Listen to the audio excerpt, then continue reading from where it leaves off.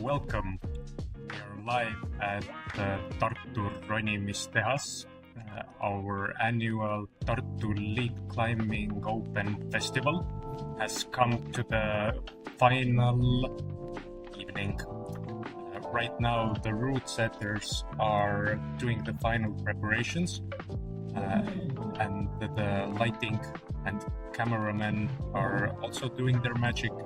So it will be still like 10-15 minutes until the action starts, but in the meanwhile me and Lauri can give you a little overview what the festival has been like so far. Lauri, you were one of the route setters for Tartu Lead Climbing Open. The festival had, if I'm not mistaken, 143 participants, which is a record in our short history of organizing these festivals. What were your impressions of the qualification rounds? I think overall the routes turned out really nice. I think our team did a really great job. With the routes, I think maybe the grades were a little bit harder than people are used to. But yeah, I think there were cool moves and great routes. So I think, I hope anyway, like everybody enjoyed it, and I hope the finals will be as good. The route setting team consisted, in addition to Lauri, of Tõnis, who is also our local route setter, Ronimistehas chief route setter. Then the foreign route setters were Jaakko Risku from Finland and Adam and Łukasz from Poland. Łukasz being the chief route setter. How was it working with new route setters of this caliber? I mean, it's always great to work with route setters from other countries, and especially like in Estonia, the route setting scene is so new that you can learn so much from other guys. And I think Łukasz and Adam are like just perfect teachers, and sort of they enjoy it so much, so you can like just take it all in and try to absorb as much information as you can from them. I think they're really professional. In Ronimistehas, we've had a history of hiring Polish guest route setters for our festivals. For some reason, it has the collaboration with the Poles has turned out really nicely. The previous year, it was Piotr Suder who set Tartu Lead Climbing Open. Now this year, Piotr recommended two of his friends, and I think the result didn't disappoint, at least the participants. Of course, there's always mixed feedback, but the male finalists, for example, really complimented the routes. Nothing, in their words, it was challenging, not soft. It's good to hear feedback like that from many of the best lead climbers in the Baltics.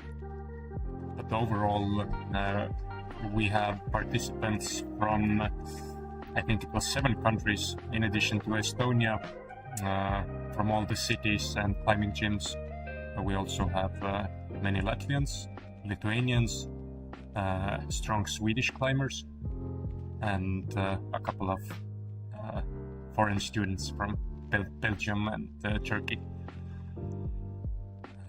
So right now on the screen we see the route introduction taking place for the youngest age category. So this year we decided to take the next step in our climbing festivals, introducing youth age category finals. So in the qualifications we had separate age categories for U13, U15, 17 and 19. But in the finals we combined the age categories in order to produce strong lineups. So right now on screen we see U13 plus U15 combined final group. So top 6 of the best climbers, both male and female, of that age group. In the qualification, we saw really strong climbing already from climbers this young. For example, there were tops from U13 climbers on 7B plus routes. Accidentally, Lauri was the author of one 7B plus route that was just topped by... I think it was our collaboration with Tõnis. Yeah. It was like a mixed route, but it turned out really weirdly cool route. Setting routes for shorter climbers, especially 10-11-year-old climbers, is always a challenge. But it's a challenge that we've happily accepted in Ronimistehas, because youth sports is like the bedrock of our gym. And that's why we include the youth categories in all of our last festivals, and that's why we wanted to offer the kids the opportunity to climb in the finals, just like adults. I think it's a massive experience for them. I'm pretty sure it's nerve-wracking also, in front of a relatively big crowd, a relatively hard route. If I'm not mistaken, if the route setters didn't make any major corrections, then the girls U13, U15 route should be approximately 7A plus in difficulty, and the boys route probably closer to 7B. I think they're both quite the same grade, but the trick is gonna be that both routes are a little bit maybe the girls route has one dynamic move, you have to commit to it, and then the boys route also you have to have some committing moves also in the beginning already, so it's gonna be interesting to see if they can cope with it in the situation. Yeah. Kids are super strong, both mentally and physically. Obviously, they're light. Many of the finalists weighing probably around 30 kilograms with fingers of steel.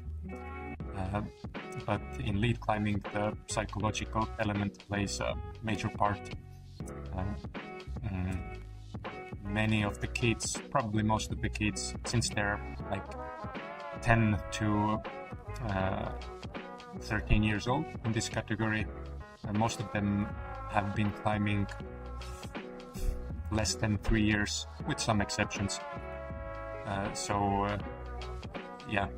They've achieved this level of climbing with a relatively short amount of time, which is impressive and makes me enthusiastic and excited about the future of climbing in Estonia and the Baltics. On the right hand side you can see two taller boys from Sweden who in this combined age group showed the best qualification, performance and score.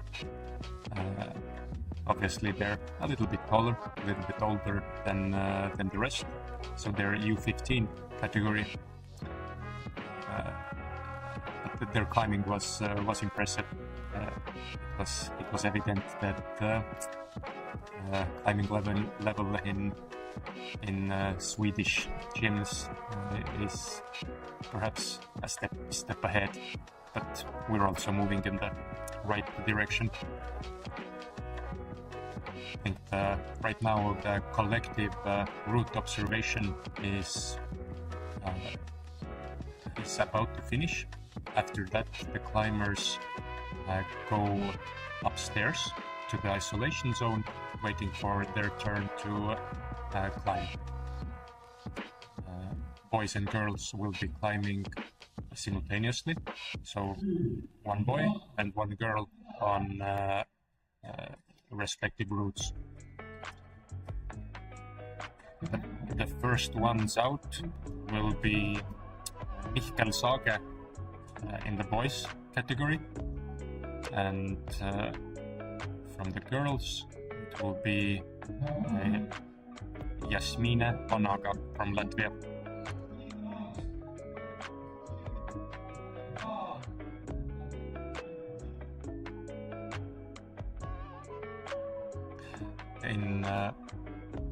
If I'm not mistaken, and I think I'm not, it's the very first time in the Baltics that there is an actual lead climbing competition, not a top rope competition for kids this young.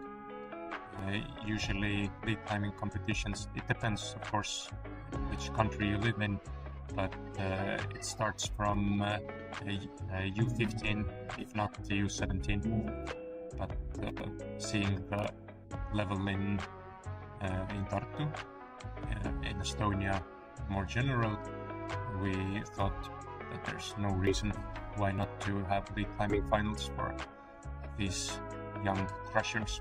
But I would like to also say that it's a big praise to you that you're making the finals for the kids, because like comparing the women's and men's finals, there are much more participants, but it's like still you make the finals for the kids, so it's, I think the kids can really thank you for this.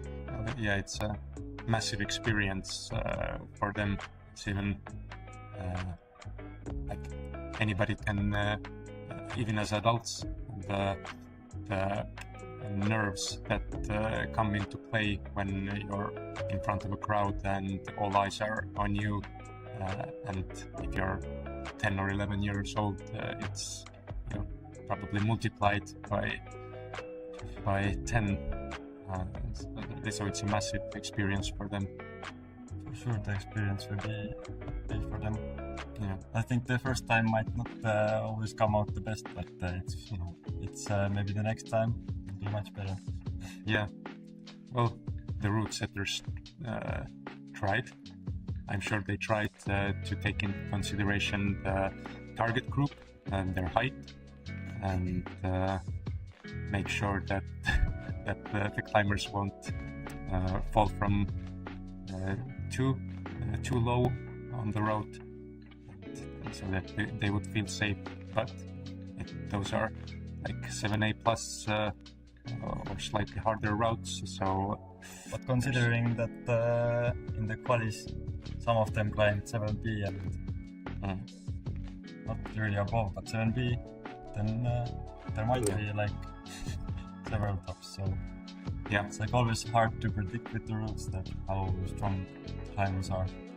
And it's also with you can play with the like trickiness and the riskiness of the climb. So I think the final times will be a bit more tricky and more low percentage to execute. Yeah, and the main challenge with these festivals, but the lead climbing in general, is that while in bouldering you have like eight or 10 move routes, then and when you fall, you can go back on the route. And in lead climbing, you have to execute like 35 moves consecutively and perfectly. One mistake, and the attempt is over. So you have to be mentally strong, technically stable. And now we have first finalist. On the left-hand side, we see Mihkel Sage, our local training group boy. He reads the start correctly. And on the right-hand side, we see Jasmina Panaga from Latvia. Mihkel has made the first clip. So important for kids of this age, and that they feel safe on the routes. So clipping positions should be like comfortable and stable as much as possible. Then they get into a good flow, and they can really show their climbing abilities. And Mihkel has got into the flow quite well. Yes, we see. This is your route. Lauri's route. Yes, we see Jasmine struggling a little bit, but now she's getting the grasp of it. So. While in the qualifications, we had each route had, in addition to the top, also 2 zones, lower zone and higher zone, and those gave a different amount of points. But in the finals, there are no zones, but each climbing hold that you touch and control increases your score. So basically, the higher you get, the better your result is. Mihkel has already... very nice. Mihkel is doing the 5th clip. In trainings, Mihkel has done some 7A plus routes. So this route should be physically doable for him. And Jasmina couldn't figure out the first section. It's gonna be the little bit interesting part. It's you can't pull on the hold so much. You have to be more pressing to them. Maybe the final feels more skillful. Very nice. Climbers who are not so privy to lead climbing but bouldering often say that they prefer bouldering because it makes them think more and solve riddles. But if you look at Mihkel climbing right now, it's definitely not straightforward left right climbing, but quite challenging 3-dimensional moving. Mihkel is checking out if he can do a low click. Which you can, I think. Yeah. Yeah. So important to for in youth climbing to be like a proficient clipper. If you can do a low clip, it gives you extra mental boost, like sense of safety to execute the next moves. Yeah, setting with the Polish road setters, clicking is can be so efficient. These guys know how to click really fast. Yeah. So you can always level up your clicking game. Come on, Mihkel. The climbing time. Yes, Mihkel. Nice. Let's go. The climbing time is 6 minutes per route, so you can't really afford long rests. Usually,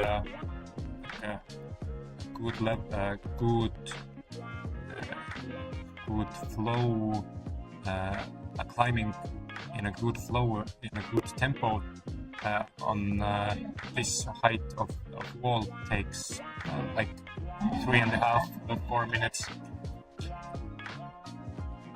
Mihkel has 3 minutes left, and he's, let's say, more than halfway up.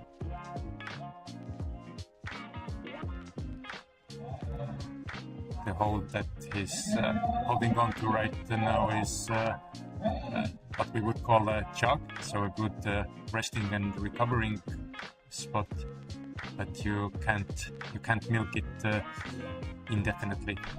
At one moment you have to go.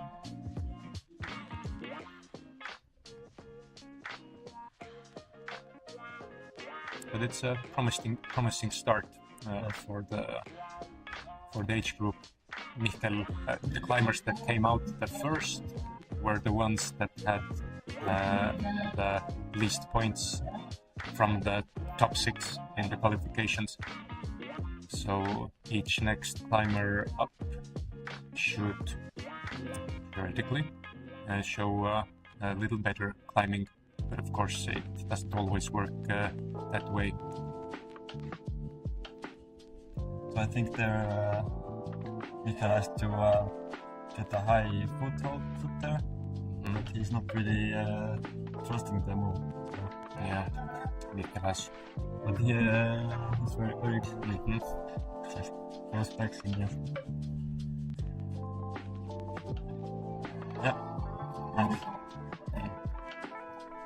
But this is now very powerful. So.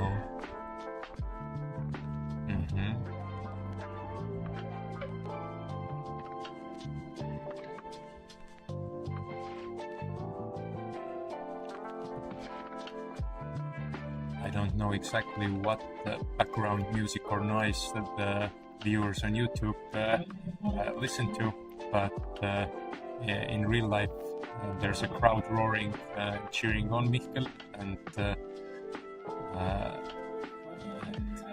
Believer from Imagine Dragons blasting from the speakers.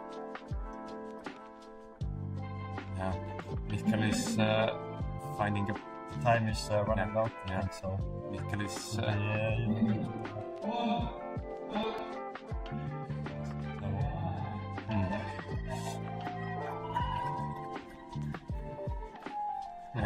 but he did really well. Yeah, it was. I think the women should begin a little bit harder than the boys would, so that's kind of expected.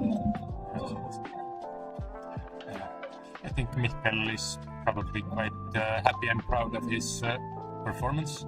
In the end, he probably found it a little bit hard to commit to the move, but he probably understood what he has to do. But nevertheless, good effort, and it makes me optimistic about the next climbers coming up. I'm pretty sure. I hope I won't eat my words, but I'm positive that there will be tops. Yeah, I think for sure the boys will have tops, and I also think the girls one will have. But I think the dynamic move could be a killer move for some of the girls. We'll see.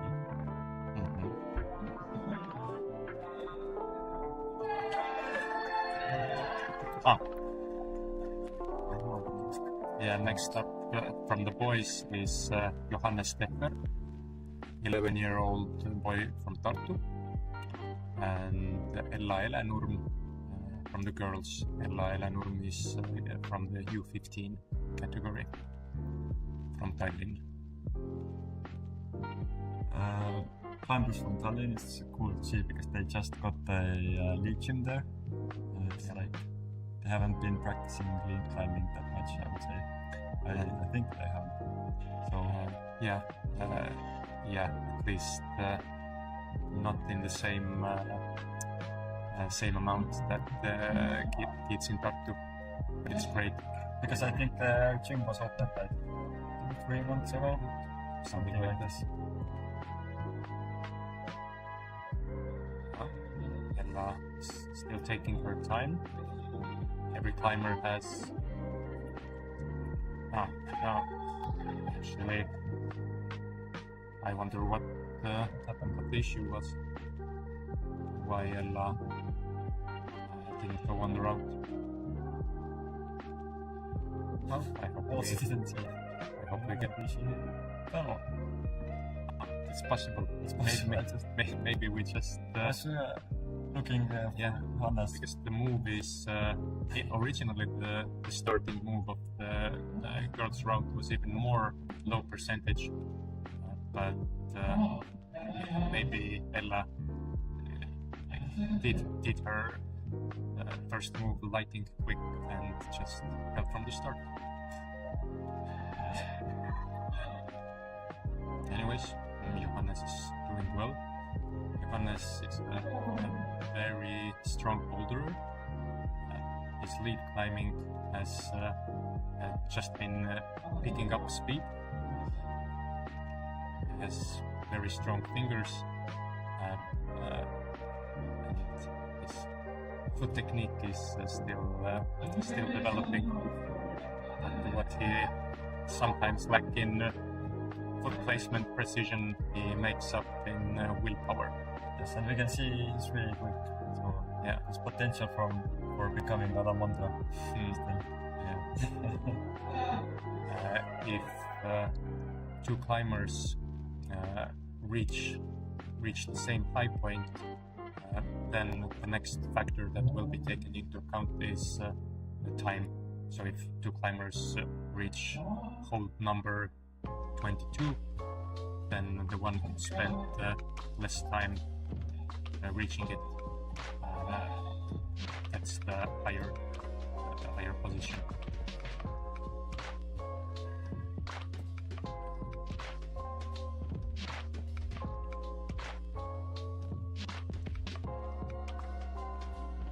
Hannes taking a little rest there.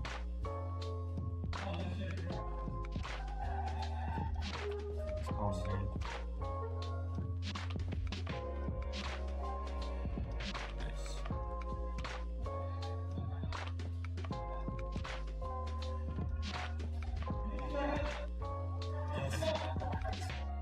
Oh.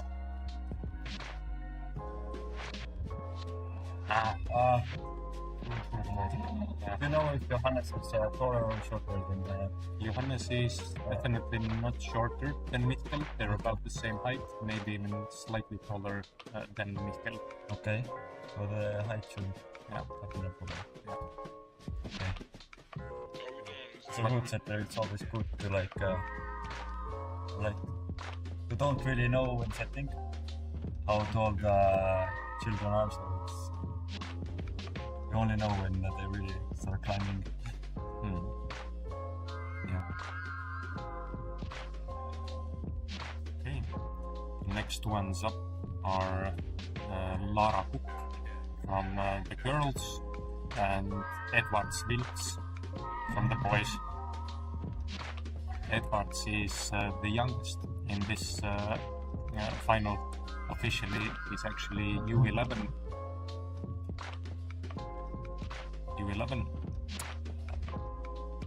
Which makes his performance in the qualifications even more impressive. Lara Cook is a U15 climber from Tallinn, kiddie climbing. Lara showed really nice climbing in the qualifications. Earlier I said that most kids in this final have a climbing experience of less than 3 years or maximum 3 years. Edwards is one exception. He has probably been climbing probably more like 8 years from his I'm not sure if it's 9 or 10, probably 10. And with his parents being deeply involved in climbing, he has also been climbing since birth.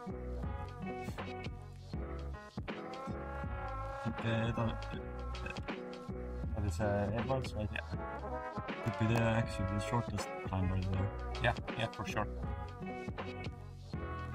But he looks very strong. Yeah. And it seems that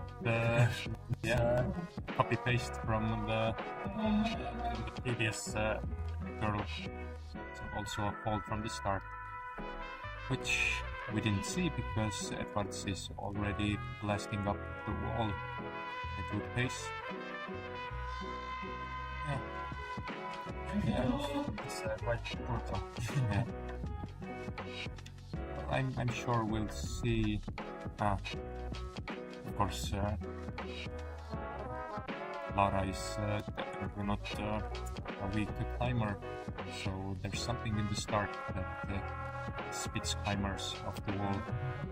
I really hope that that's not the test that we'll see from the girls. He's just pulling himself up from its location.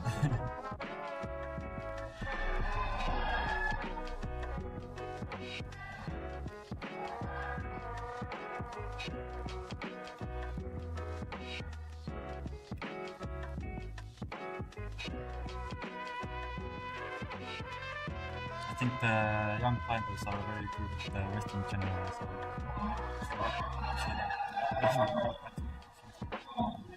right now you saw what you need to be, what kind of climber you need to be like if you're the shortest one on the field.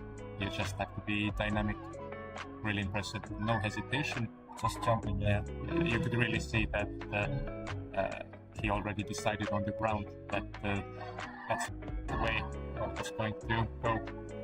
Yeah, this one also easily. Yeah, there's a potential B-bar. Yeah, not using it currently. It just feels so strong.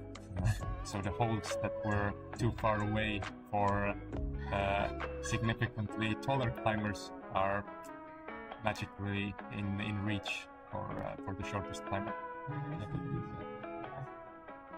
This part is going to be interesting now.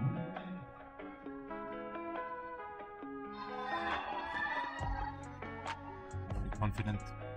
I think he will do it. 3 minutes left. Yeah. If he doesn't mess up anything, it's probably good up for him. Yeah.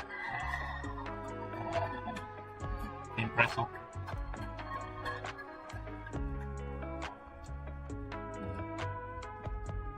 Pretty much perfect execution. He's very confident. Yeah, just doing everything without hesitation. So, third climber, Edwards Hills, already showed us the blueprint of the final round. Next up is Jan-Oliver Mahla from the boys, who was in first place after the qualifications in the U13 category. And the girls, Ksenia Antipina from Latvia.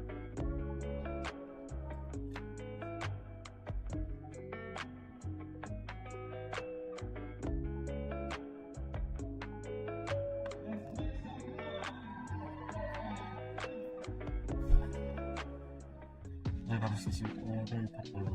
Yeah.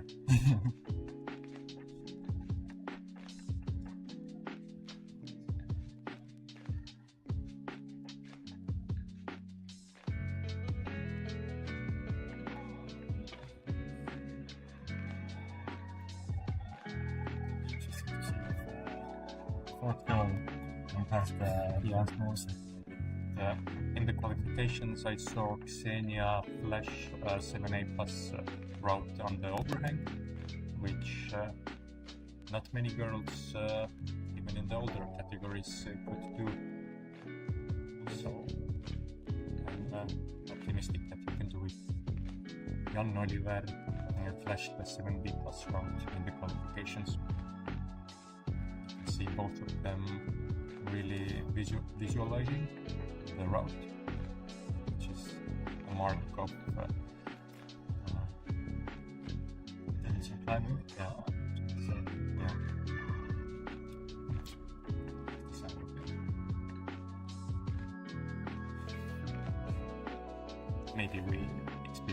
some sound difficulties.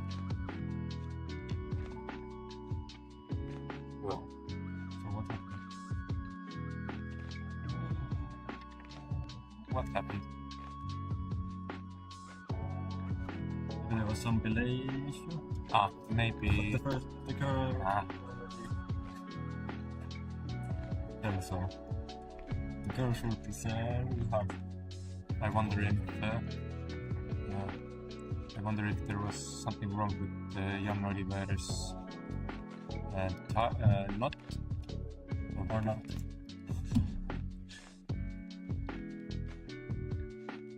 But will he get the maximum amount of time or probably not now?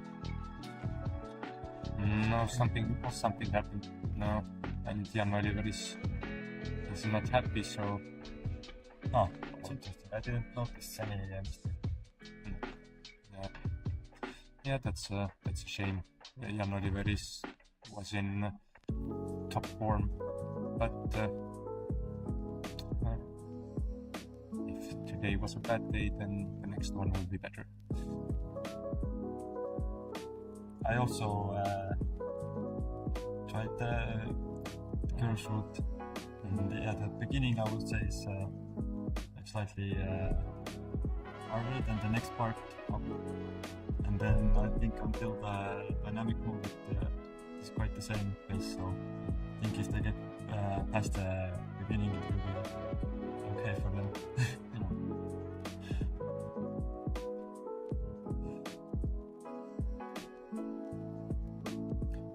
The next ones up are... But it shows that it's really hard to set the perfect difficulty for the athletes because you don't know all of them so well. Sometimes you just kind of assume from your own experience that it's gonna be okay, but then, well, maybe there's a trick for the shorter climber. I don't know. Yeah. I guess that comes with experience.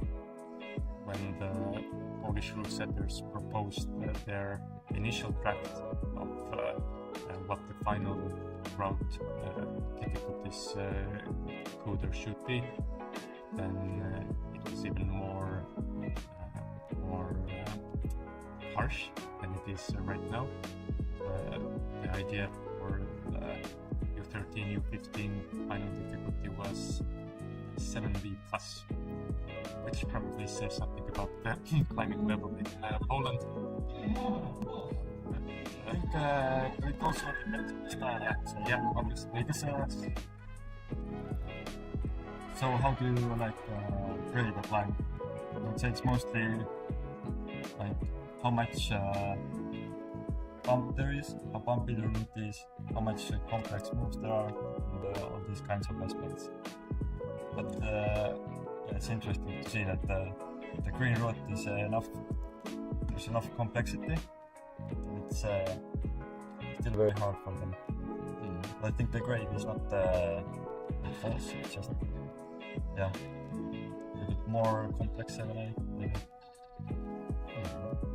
Now we have Max Ingman from Sweden, from the boys, and Undina Indriaite on the girls' route from Latvia.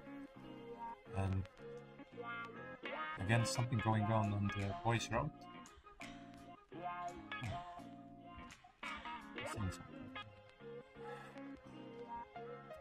Let's see if the girl saved it. Undina fell.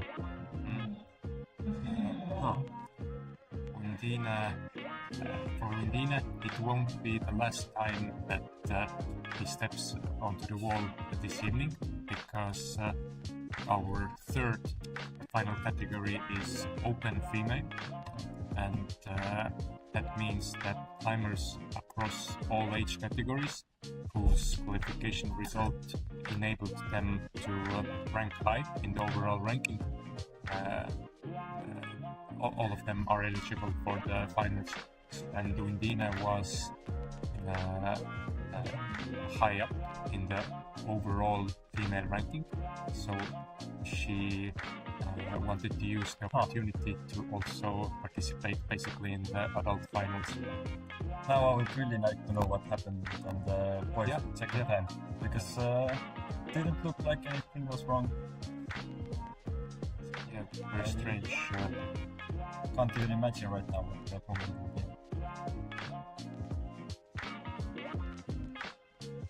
Yeah, I think the judges are like very harsh on the rules, so they don't bend the rules in any way, even for the children. It's like I hope that the reason wasn't maybe great the pink holds. section with pink holds.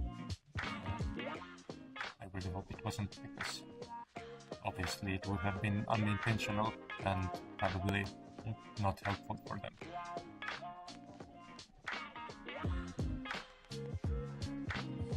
But in competitions where you have judges have to do their work, and rules are rules. So Edwards is in a really good position for an 11-year-old climber so far. Yeah, I think he's probably 10. But next one's up. There's some questions. Yeah, the coach or father of the climber is appealing, probably, understandably, because of course it seems unjust. Obviously he couldn't show his intention, and it's still a mystery to us what actually happened. We can just hope that the next climber doesn't face this issue. You know.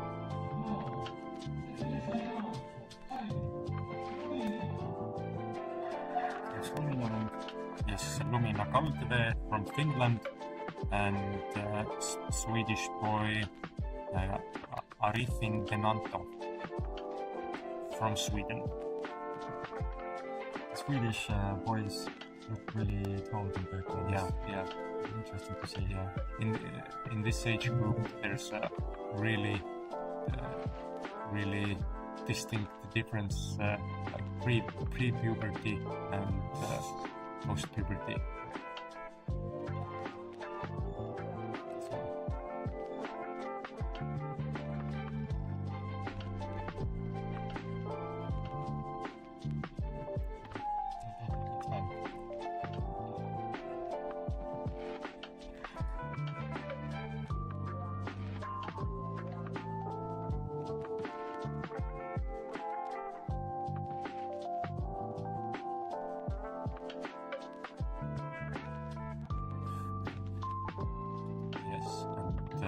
Lumina from the girls, so far so good, stable. Yes. Just holding it. Yeah. Okay. I think she will get into the You will have to do the clip from there.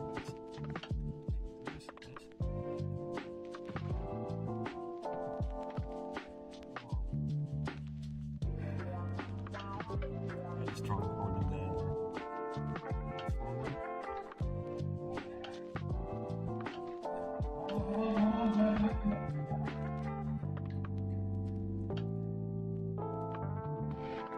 the girls' route was set by our Finnish route setter Jaakko. The girl is also from Finland.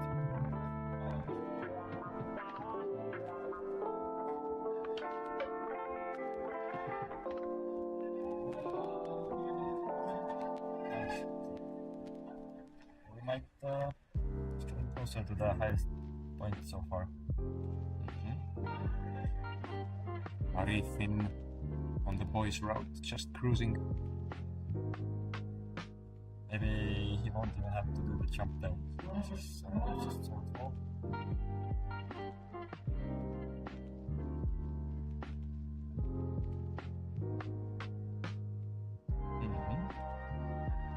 Okay. You can see that he's facing some other kind of problems.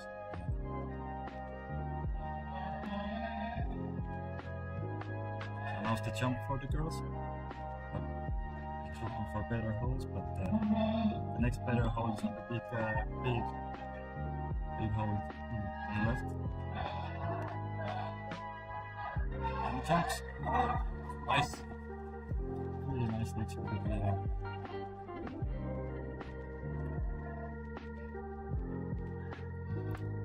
Lumina is U15 climber, and you can obviously see that she has a bouldering background, figuring out the move, which might seem obvious, but if you're in the moment, then it might not be. She figured it out quite fast. Arifin getting quite close to Lumina with a dynamic move. They're both doing really well. Yeah. I'd see in two tops.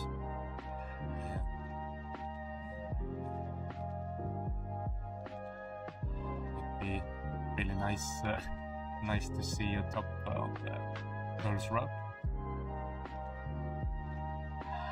I think the route setter Jaakko would sigh of relief. I think it's already been proven that it still works through it. Yeah, not necessarily anything wrong with the route, just maybe a little bit. It's just hard to say at the beginning.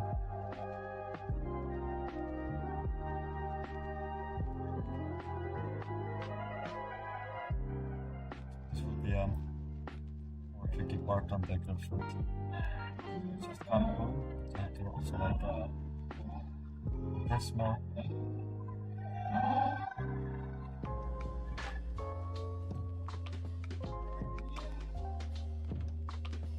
Arifin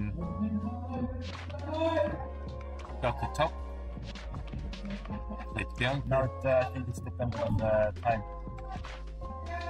Yes, I'm pretty sure actually that Evans was faster. Yeah, it seemed faster. Let's go, Lumina.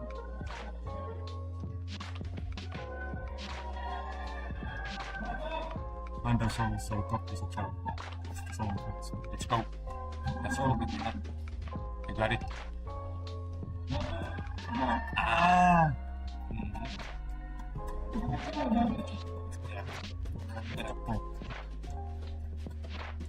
Still a good performance. Now the older age group U17 plus U19 combined will come to the stage to do the route observation. We have 6 minutes to check out the routes.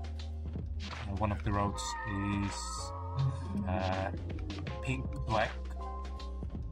That's for the boys, and for the girls it's yellow route.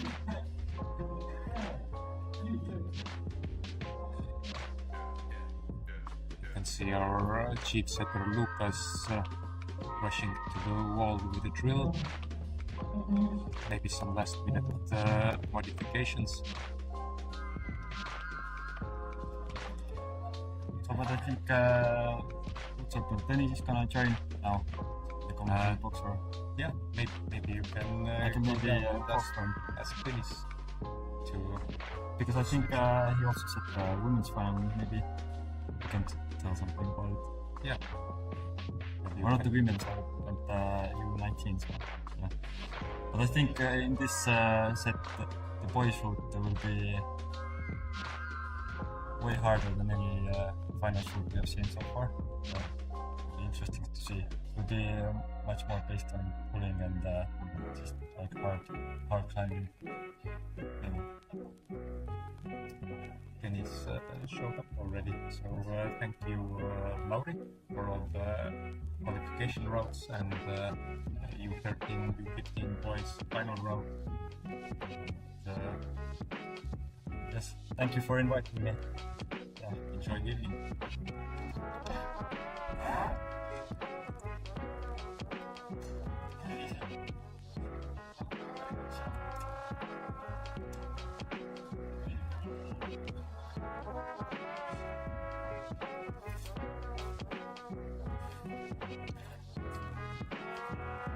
now we're joined by another Tartu road setter, Tõnis Taul. Hello. Tõnis is actually Ronimistehas chief route setter, so he's responsible for the day-to-day route setting in both our gyms, bouldering and rope climbing, which means also that he's indirectly responsible for the good level of climbing in our youth training groups. And in the next final, we have U17 U19 boys and girls.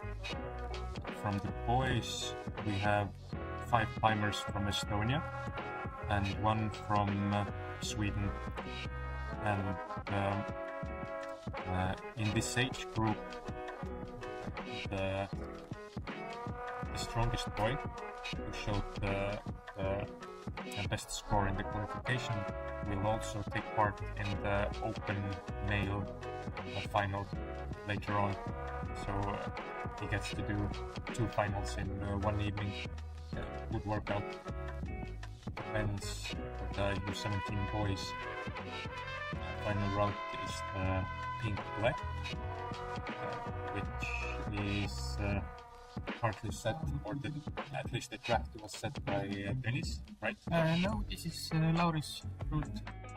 Originally it was actually qualification route, but with the difficulty, like at the grade, we changed the routes. What's in the final? But Jaakko changed it a lot, like for the final, made it harder a little bit.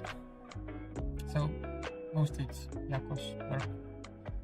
The idea was to set approximately 7C difficulty route. The climbers in the final, U13 U19 from Finland climbed 7C and harder routes in the qualification.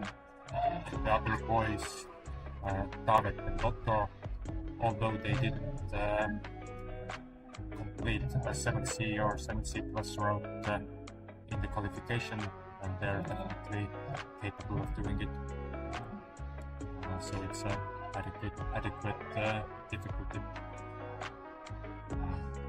And as I mentioned, Leontin from Sweden is doing both the youth final and afterwards the open final, or the adult final, so to say. And the same goes for girls. Not only 1 or 2, but 3 climbers from this age category will also participate in the open female finals, which is impressive. So Taavet is only doing those. Taavet narrowly was left out of the open male finals. I think he placed 7th overall. If he would have placed in the top 6, then he would have liked to do 2 finals as well. The youth climbers already in this stage and this experience level take it as a challenge. Okay, if I'm given the opportunity to climb 2 hard routes in one evening, I will take it.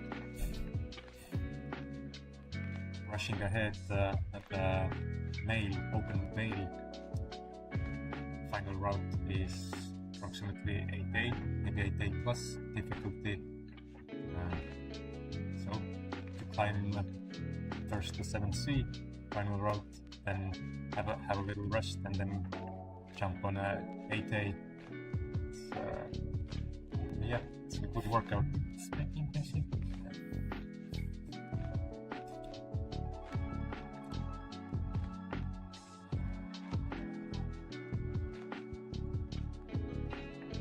So the yellow route is something 7A plus 7B.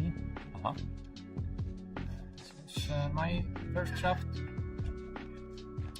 focus a little bit changed it because the corner there is like challenge to create like good final route because there is many possibilities to rest. And first draft had like pretty good rest in the route, but now I think it's not so easy to find the position to just have a good rest. If it's 7-8 plus, then definitely it's doable for all the finalists. But then again, in the younger age group finals, we also saw some slips or small mistakes from climbers who were also supposed to be above the level. So anything can happen.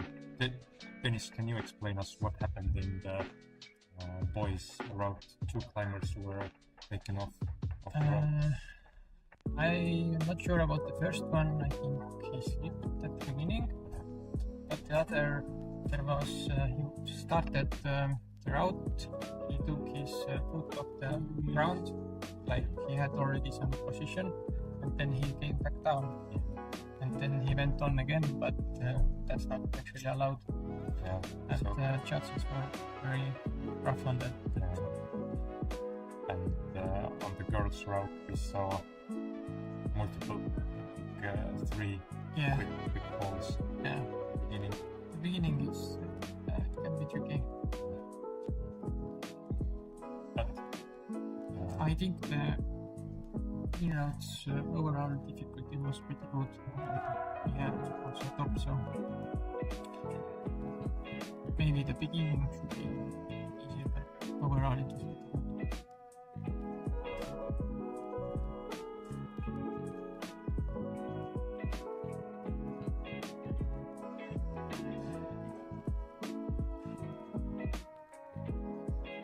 from the 6 male finalists, 4 are local Tartu boys.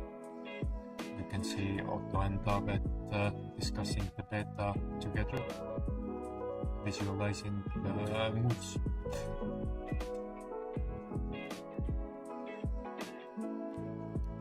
You can see something similar with the girls, with Elli Levin and Rebecca Kubiteva discussing the moves.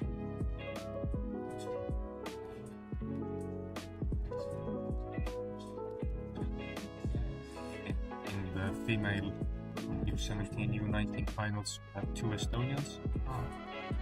Elli Levin, as mentioned, showed the strongest score in the qualifications. Actually, even the strongest in the overall female category.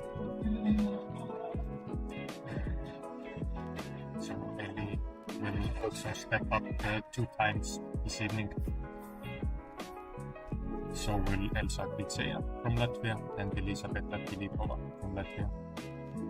Then we have Rebecca Kubiteva from Latvia, Swedish girl Freya Ek, and another Estonian girl from Tartu, Liisa Lepek.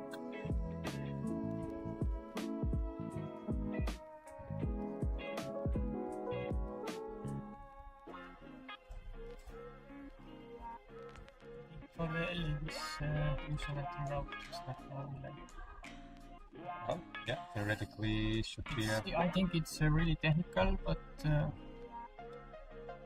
yeah, there are some risks, like there's really body position dependent. But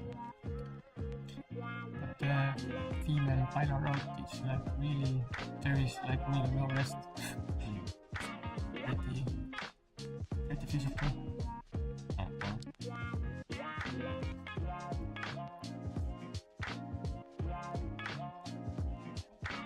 First ones on the stage will be Liisa Lepek from the girls and Tomi Rasmus Lõhmus from the boys. coincidentally, they're both training group mates, so they train 3 or 4 times a week together.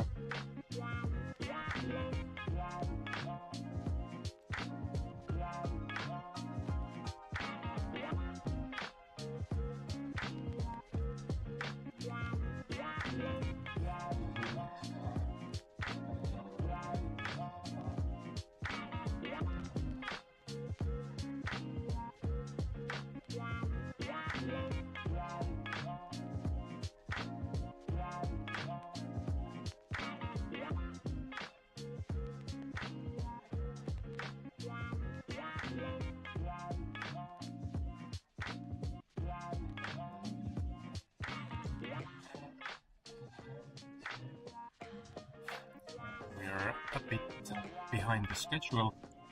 It took the route setters slightly more time to strip the qualification routes and reset the final routes, get the lifts in and then out. It's our first time of doing this format. Instead of just 2 final routes, 1 for men and 1 for women, we now have 6 routes. That's considerably more work. A lesson for future years to have a bit more time for resetting the routes. Yeah, it's like you also had to like adjust some things based on the qualifications. It also took some time. But overall, I think everything went smoothly. Yeah, maybe just a bit more time. Maybe just an half an hour, but it's already good. Yeah, half an hour is pretty much what we are behind schedule right now. But I think no one is complaining. We're in for hopefully strong U17 U19 final, and definitely a strong open category adult final.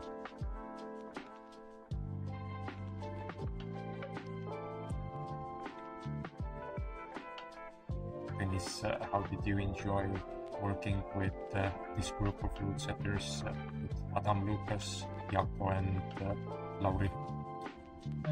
I really enjoyed it. It's like the team worked really well.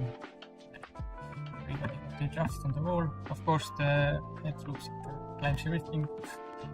There are some changes, but yeah, it's like the teamwork was like really good.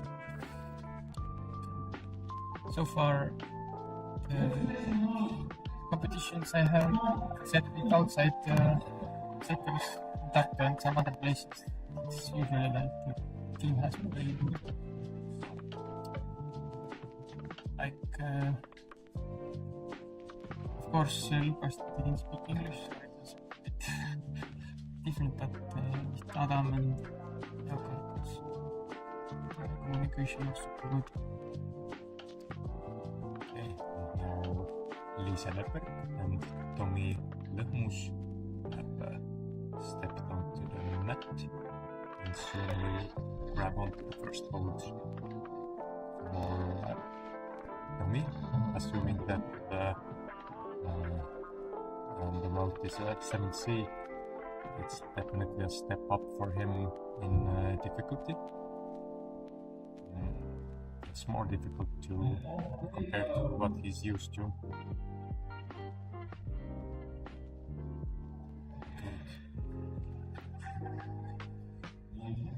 The start is kind of risky because it's like dynamic move to the blocked hold. The big one. Tommy probably defines himself more as a boulder at the moment, but physically he has really good traits for a valley climber. Light, very strong fingers, but of course experience plays a major role experience in lead climbing gives you confidence. That takes you a long way. He's figured out that obvious coordination move in the beginning. And she's well on her way. Good work from Tommy. Already 3 quick draws in place.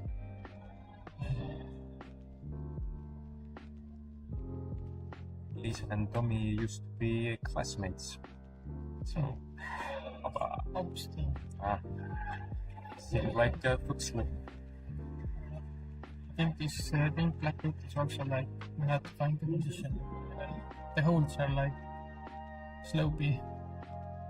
There are like many different angles you can use them, but the best one is that you have to find it. Still a good effort from Tommy, and Lisa is still on the wall.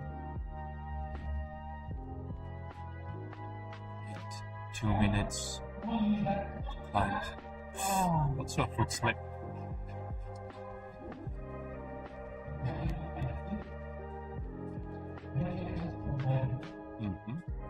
But yeah, regardless of how high they got, it's a massive experience for them. First time in a final at the lead climbing event. And definitely many more of these kinds of experiences to come.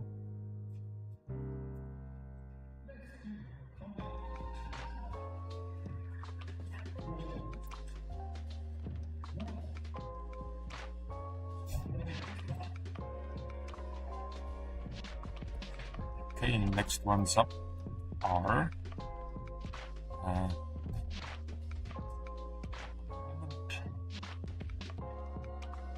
Erkki Branno from Hiiumaa, originally from Hiiumaa, now training in Tallinn, and Freja Ek from Sweden. Has Freja competed here before? No, and I think it's actually the very first time for Swedish climbers to participate in Tartu climbing festivals. Usually Tartu Junior Climbing Open has the most foreign participants, but we've never had Swedish participants before, so that's a cool first. There was somebody in the list who was from Turkey. Yes, but I think it was an exchange student. But for the previous Tartu Junior Climbing Open, we had a team of Turkish climbers actually visiting us.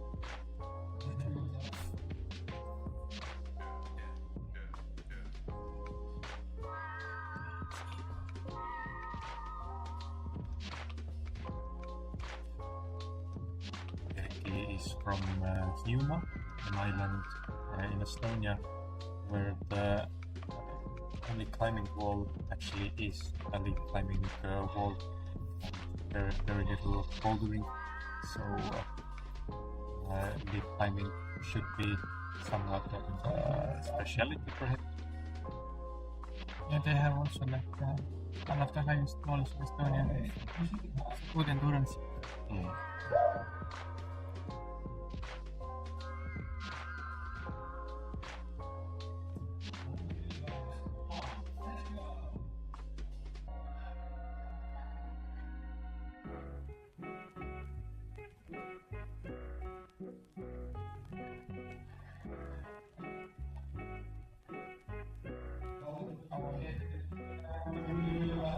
Yeah, this first move on the yellow one was quite dynamic, but we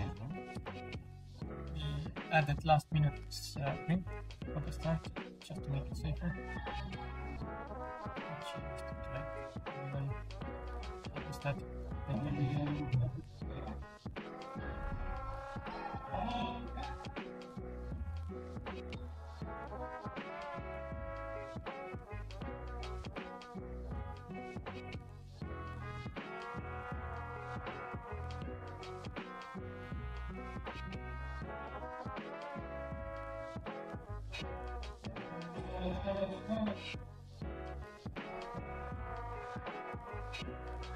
He's pretty much at the same height as Tommy was on the previous attempt.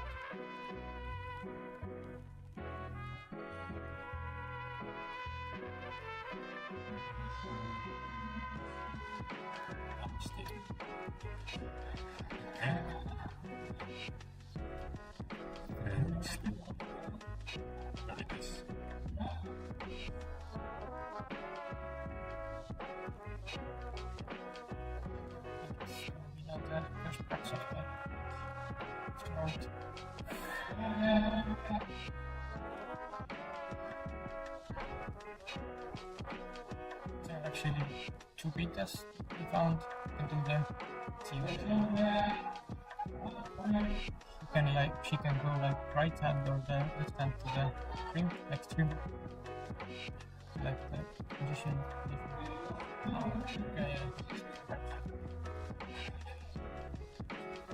If you're short, then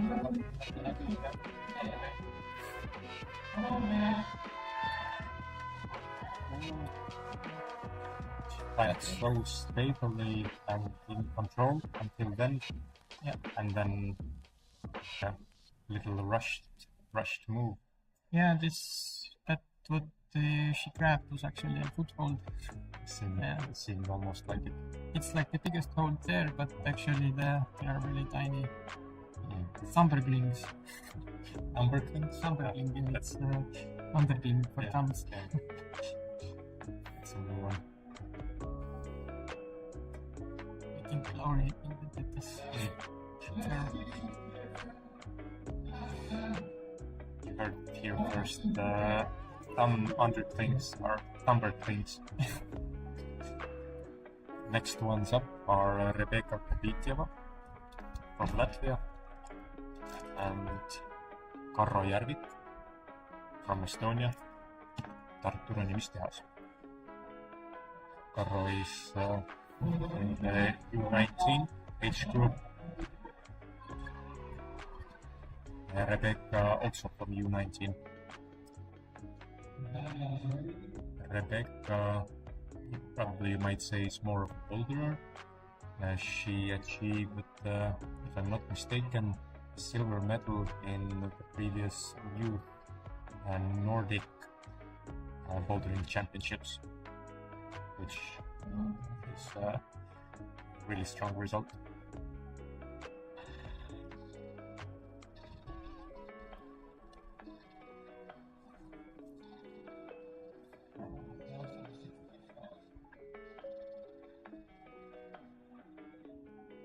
Although competition bouldering and competition lead climbing are quite different. Obviously, bouldering has more risky moves, coordination moves, dynamic moves that you rarely see in lead climbing, at least in the extreme form. But despite that, it's a fact that the better you are in bouldering, the better you are in lead climbing. They translate into each other.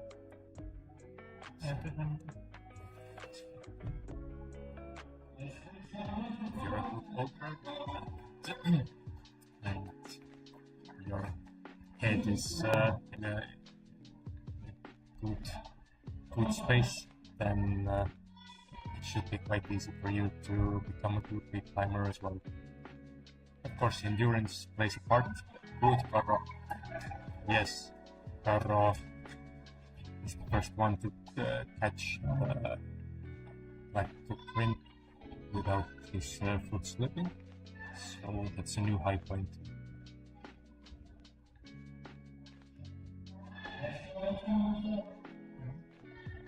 I think this volume doesn't have any holes on it.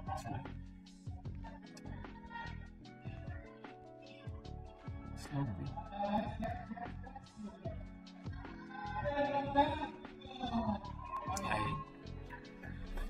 Again, it's like the footholds are pretty. Yeah. You have to really find the position to put the pressure on them.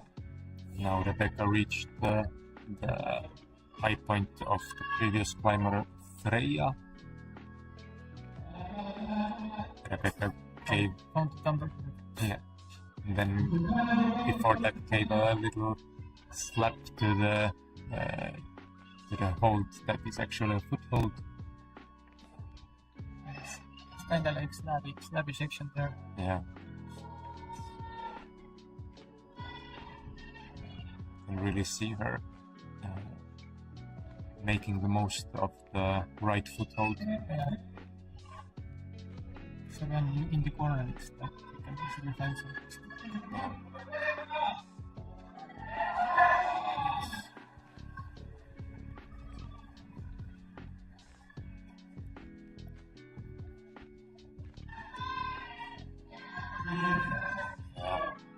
Rebecca has a really good chance of making it to the top. I think she will do it.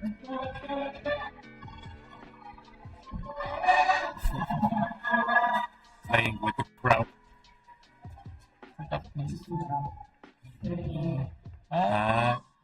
No, she clicked actually in the wrong quick draw. Yeah. Oh no.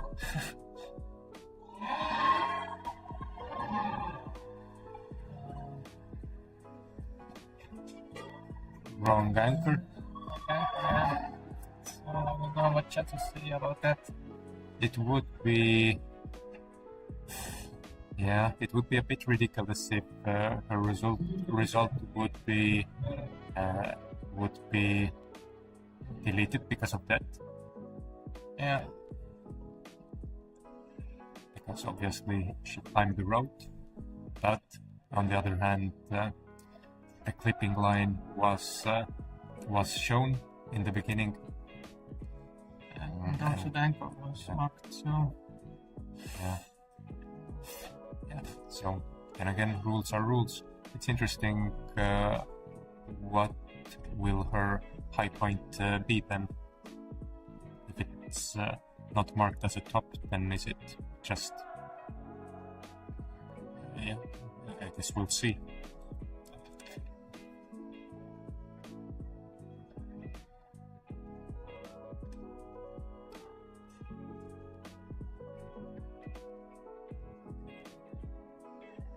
logically, like, wouldn't make a difference, like, if you would click the other line.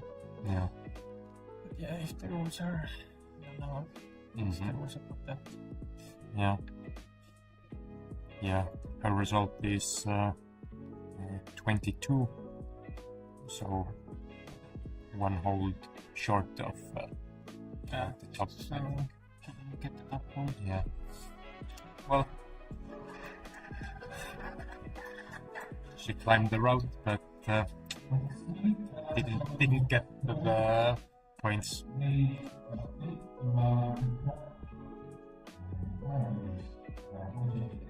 As a competitor, it must be really frustrating. Yeah. Small details of the rules. Yeah. You live and learn. Next ones up are Otto Kravik from the boys, and from the girls, Elisabetta Filipova.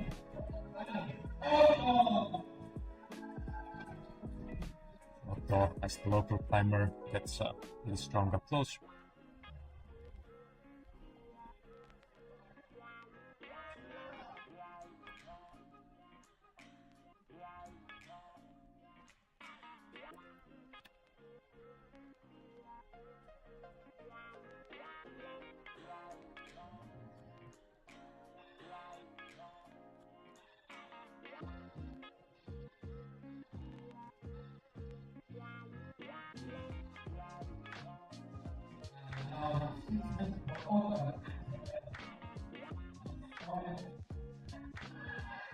Elisabeth is also stepping onto the stage twice this evening.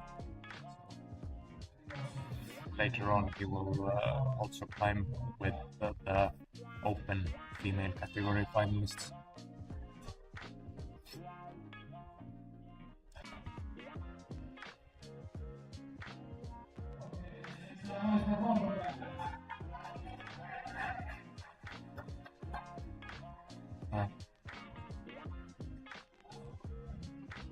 Tartu, I guess it's right to say, defines himself more as a boulderer, but also regularly climbs lead, which in youth sports is kind of important.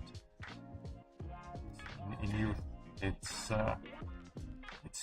good to build a broad foundation. Being like a two-discipline athlete definitely builds a broader foundation. So later on, you can achieve better results in whichever discipline you choose.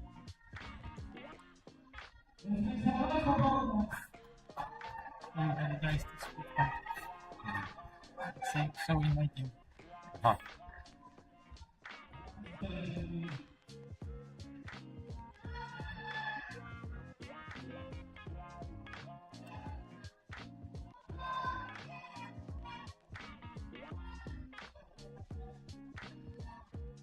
Hotline Pickle is rushed it. So it did surpass the high point of Carro.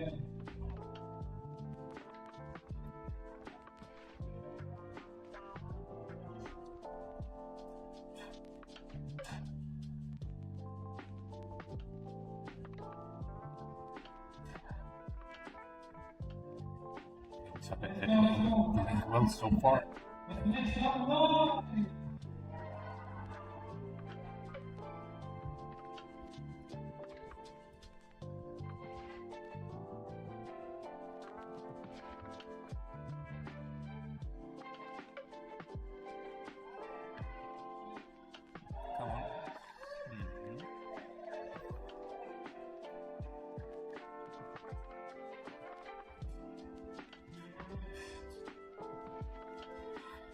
Yes, now a little alpine knee.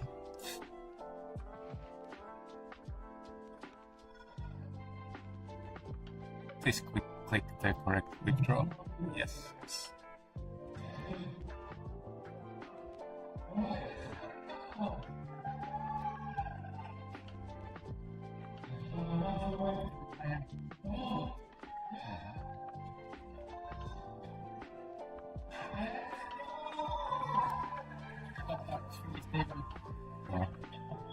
Good job.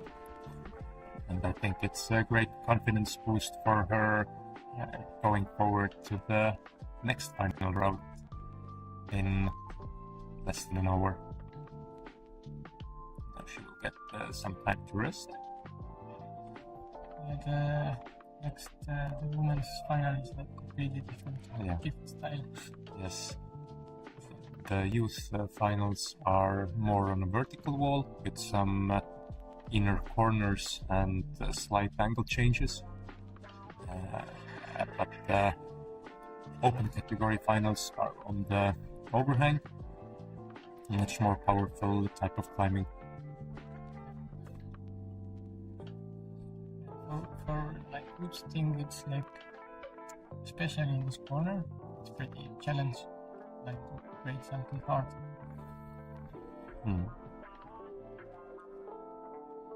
Also, like personally, it's also like challenging.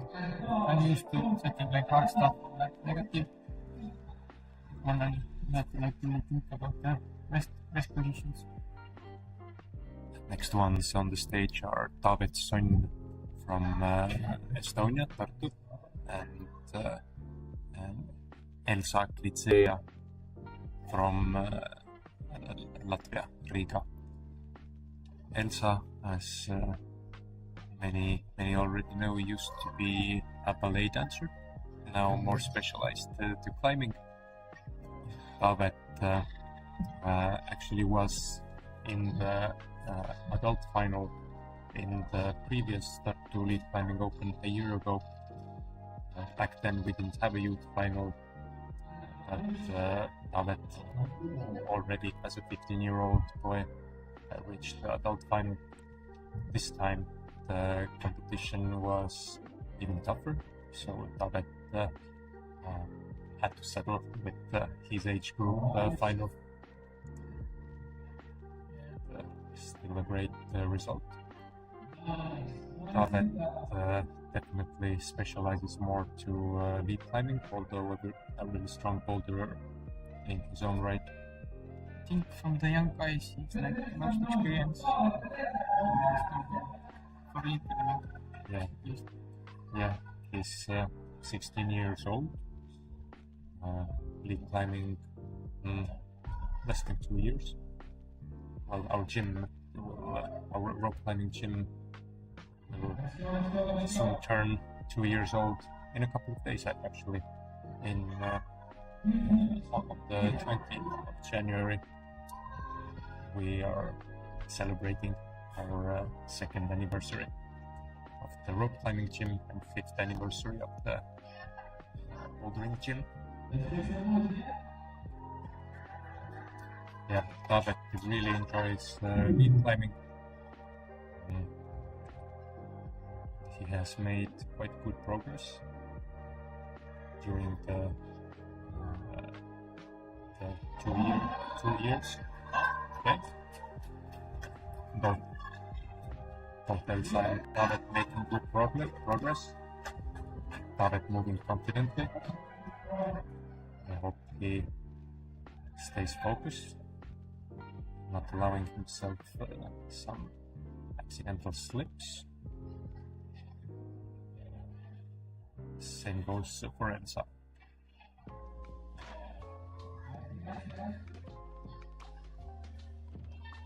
You can see,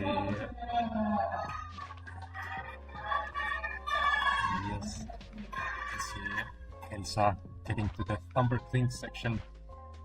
Some tricky foot placements for Taavet. It doesn't seem to be quite sure what to do. Can you tell Tõnis, is he on the right path? Yeah, you have to find the position for the right foot, like find the pressure. He got it. Yes.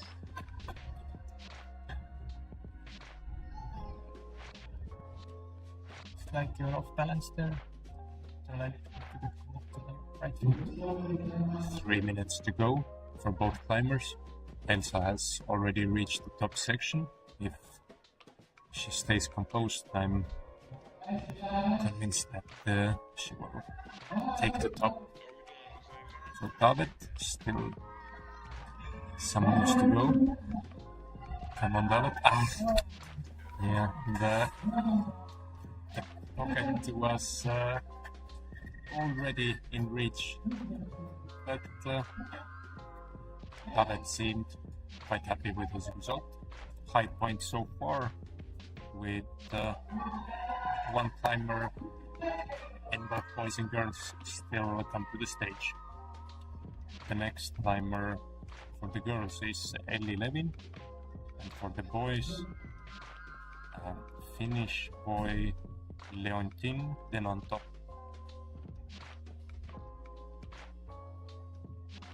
Elli was a class of her own in the qualification, showing the best score of all the female athletes, and Leontin was quite comfortably ahead of Taavet in the qualification. Taavet happy with his result, fist pumping all the Tartu kids.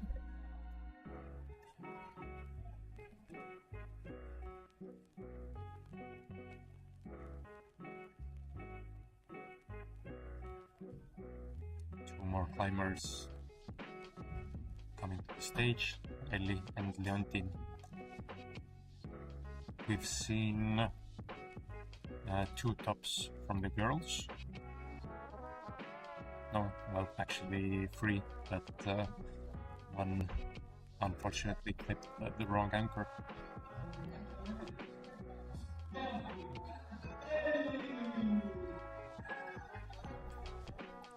think Elli should definitely be able to climb the rope. if she stays composed.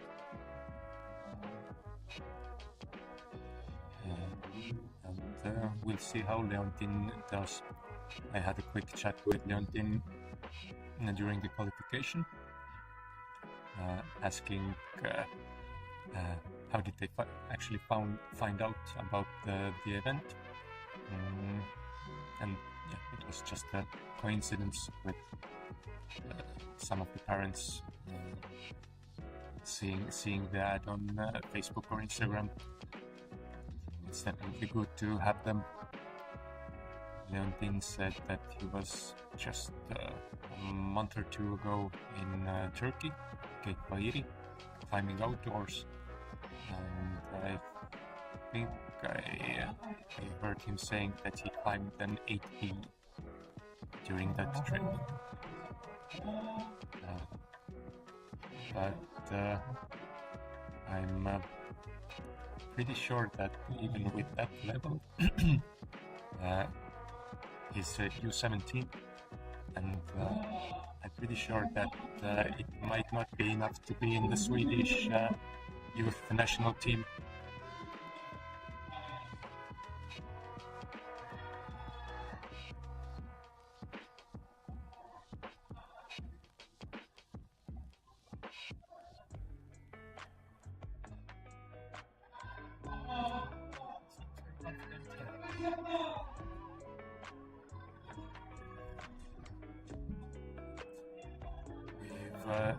We've yet to see tops on the U17 boys route, although Leontin is moving very confidently.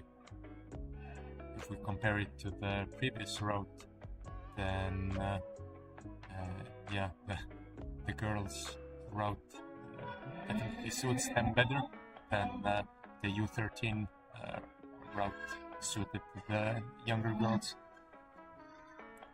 Yeah, definitely.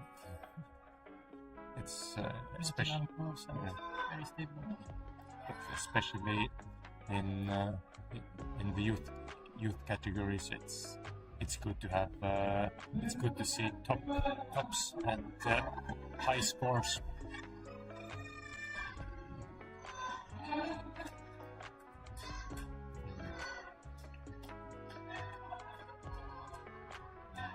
Nice. Right hand really small actually.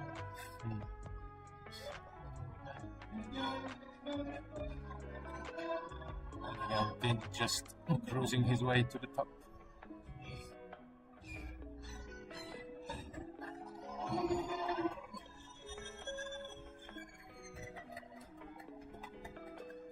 Nice, Leontin.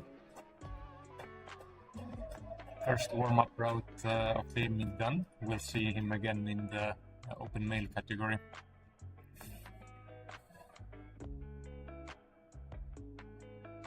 He will get some rest.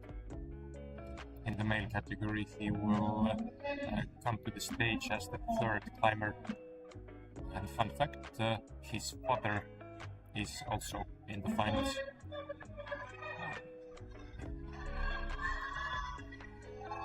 Huh? Very static. Yeah. His standing one is not really good.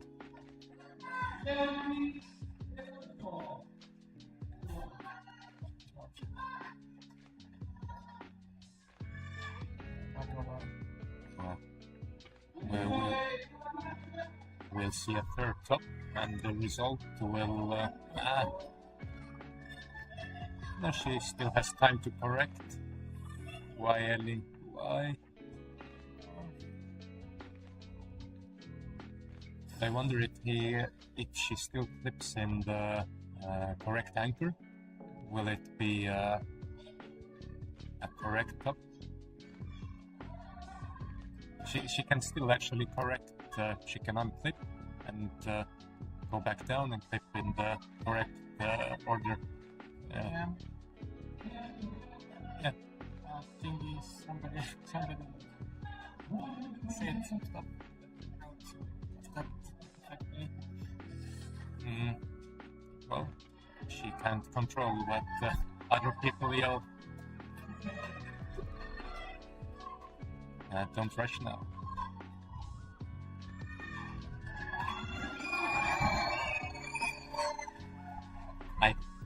I think she probably lost the gold medal just because of time. Yeah, with the extra time she spent on re-clicking. But yeah. So essentially 4 tops for the girls with 1 incorrect ankle click. I think the top part should have been started.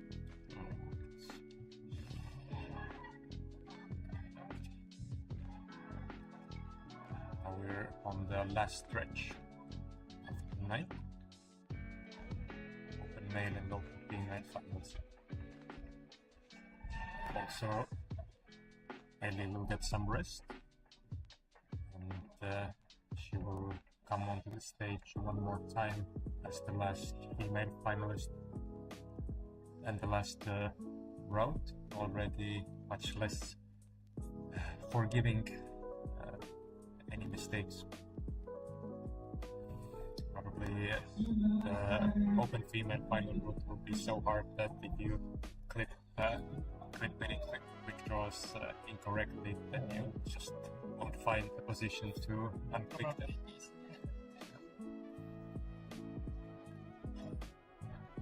Oh, now Jaakko.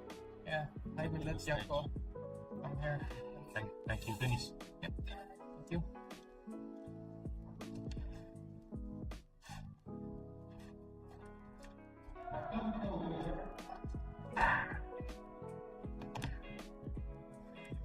Now we are joined with Jaakko Risku, route setter from Finland. He's the author of the open female final route that we see on the left. The cameraman is still changing angles. But in the meanwhile, Jaakko, what's your impression of the festival so far with working the route setting team and just the local community? It's been great. Nothing bad to say. Like, I think it's always in Estonia. The community is really good. There's a bunch of volunteers, and the crowd is cheering up for the competition. It's really good to see like a healthy climbing community. It's not your first time setting in Estonia. I think you were just recently Kivi climbing. Yeah. Older fest. Yeah, I've gotten the chance to set in Estonia for a couple of times now. It's always lovely to come back. What were your impressions of the qualifications? Were you happy the way your routes performed, or how the athletes performed on your routes? Yeah, for sure. I'm really pleased with my own setting, and for the whole group, I think the routes came together really nicely, and there wasn't any hiccups. One thing that we forgot to mention, or didn't bring any attention to it, is that in addition to the youth finals, we also had paraclimbing as a separate category during the qualification, and we had 5 paraclimbers with different functional limitations, either limitations with the feet or hands. It was sort of an experiment, because paraclimbing is still just a really beginning sport in both Estonia, Finland and Latvia, which are the countries where the paraclimbing competitors came from this time. But now we see the open male and female finalists. We have last year's winner, title defender Mikhail Kochetkov, who finished first in the qualification, flashing all the hardest routes from 7P to 8A. Also a strong result was Nikolai Seryogin's, who also climbed the 5 hardest routes, but for him the 8A route took one more attempt. It wasn't a flash. Yeah, so definitely a strong lineup for the men, and for the women there's a really diverse lineup. Actually only one so to say adult female, Anu Hark from Estonia. The other adult female is Anastasia Bosika from Latvia, who's actually in the senior category, so to say. It's a category that we decided to introduce in Tartu Festival, so it's over 40-year-old climbers. Anastasia is in really good shape. Shows that age is just a number. By the way, the best male climber Mikhail Kochekov is also over 40. And obviously isn't an obstacle. Yeah, I think climbing is one of those rare sports that age doesn't play such a big role. Yeah. There was just a video of Steve McClure, who's over 50, 55 or something like that, and who climbed 9B almost in his 50s.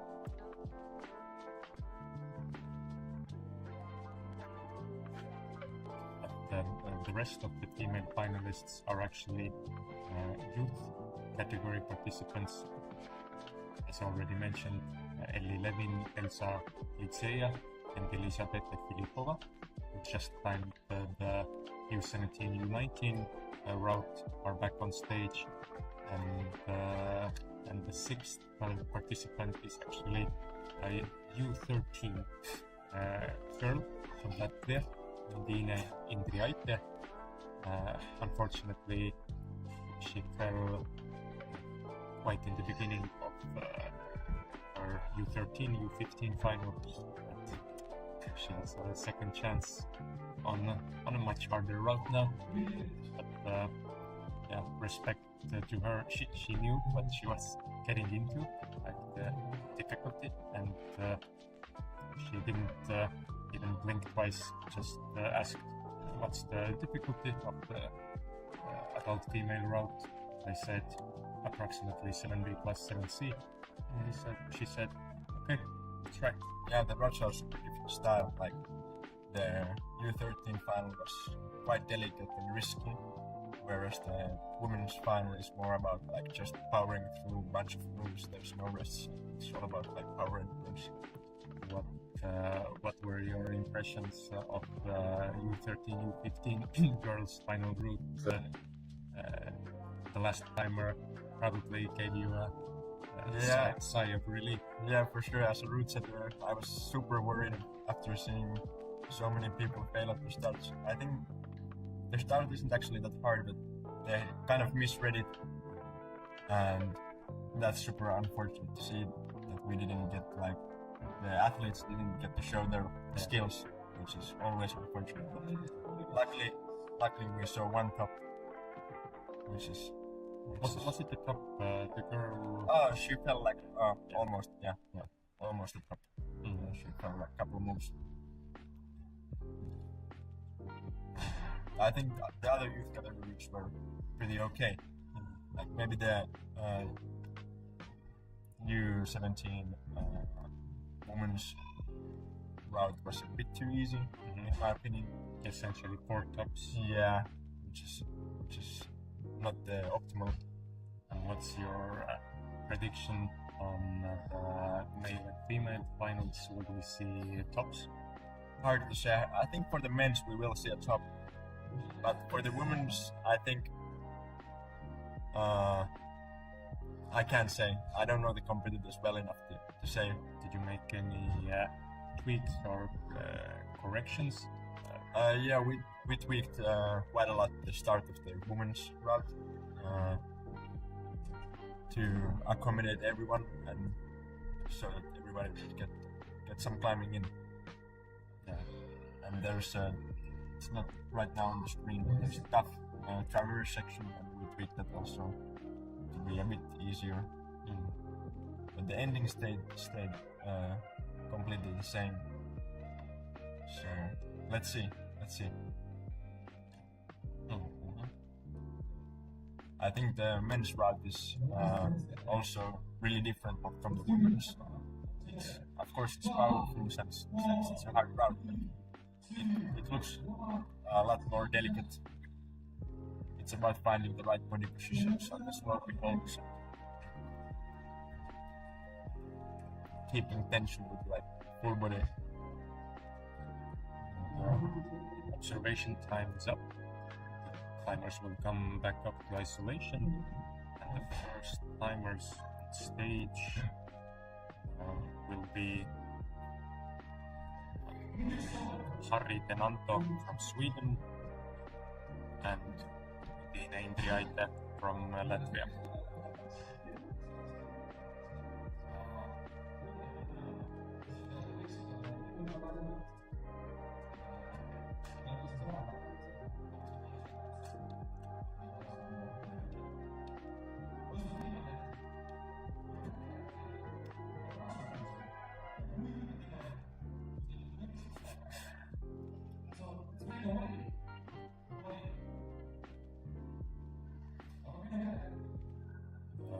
Host of the night is trying to get the crowd going, trying to create the human wave.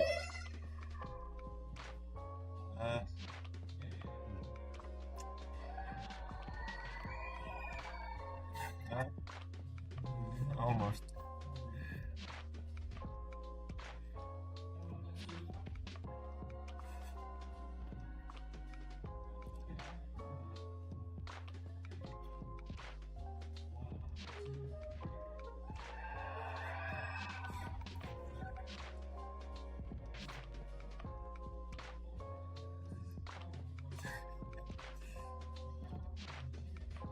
It's really nice to see so many competitors in the competition, and I think the competition scene in Estonia is growing a lot, and there's a lot of catching up to do to the rest of Europe. Yeah, for sure. That's why it's so important for me, like as a coach and as a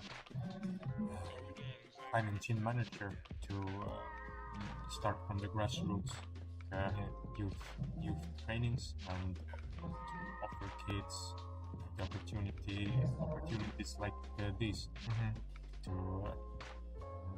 compete in slightly more stressful environments, having the spotlight on them just makes them much stronger. And Yeah, for sure. if they experience this from age 10 onwards, if they're ready, of course, then I think by the time they reach 17, 18, then maybe they can be more than just tourists on like international competitions, if they wish to do so. Yeah, for sure. You need to start somewhere. Competitions like these are the perfect place.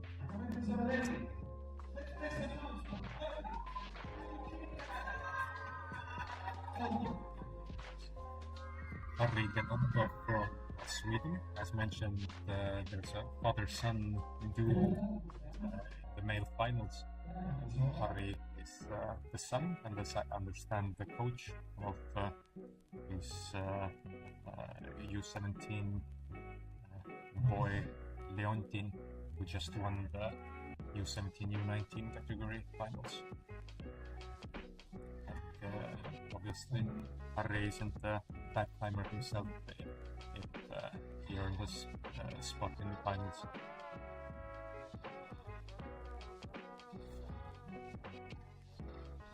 And for Undine, given the difficulty of the route, I think every move that she's able to make is a victory for her. Yeah, and after the first route she did, it must weigh on her mind that she fell quite early. Something that will stay.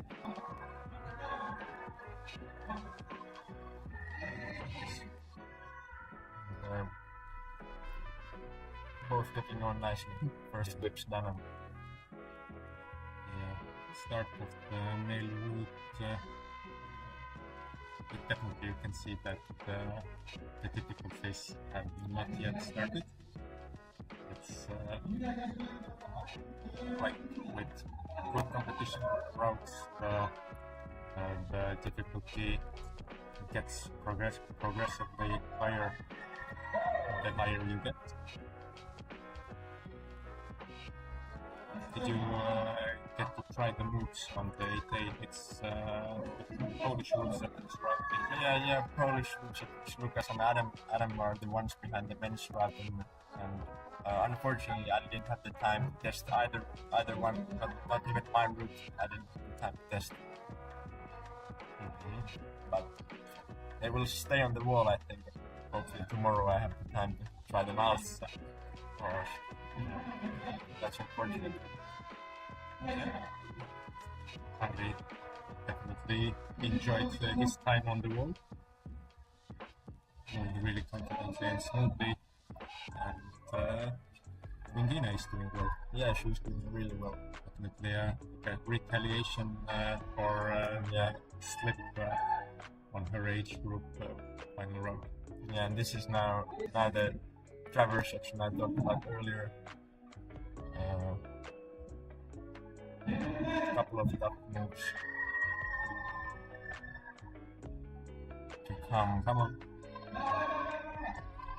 Even qualification, it was. I could see that Indina she isn't afraid to commit. Yeah, for sure. Although she's tall for her age, she's still not adult size, and but she just committed to the moves, the dynamic moves without hesitation. For competitions, that's like an important quality to have.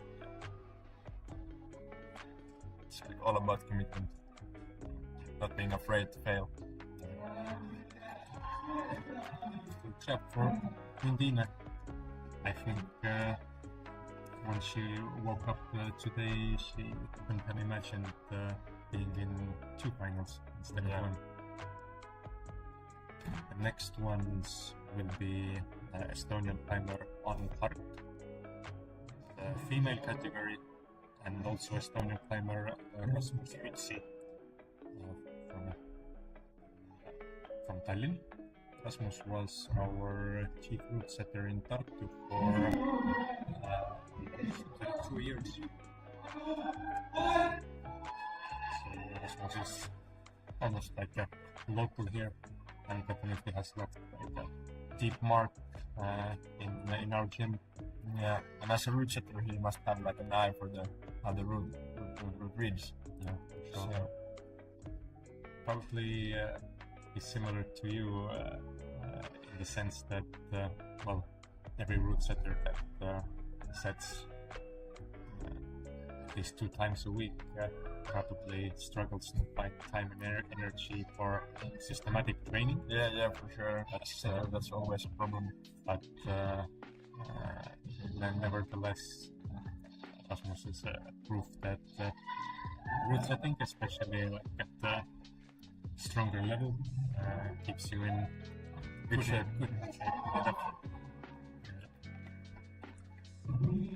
Both of the final routes begin with a little dynamic move, nothing too hard or tricky. Yeah, just to get like lateral tells you that it's serious. Anu is very much like a classic climber, like static, conventional style. She really enjoys outdoor climbing, and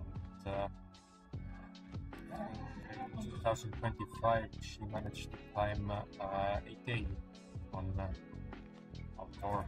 That's rocks. impressive. Yeah.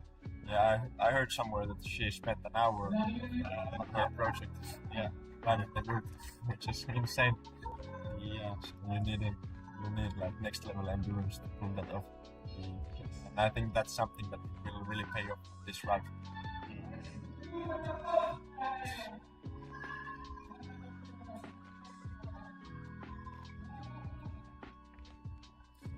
Even though route setting keeps you in good shape, I think one thing that where you can't really have shortcuts is endurance. Mm-hmm. So Yeah. our wall walks are not that high, 12 meters. Just got the scene that Rasmus was so tall. Yeah, he looked like completely chilling. Yeah, what I meant to say is come on. Okay. So close. Good efforts from both of the climbers. What I meant to say about Rasmus is that even though if you're more of a boulder, if you move smoothly and confidently, then probably you can interpret that 12-meter wall as a high boulder.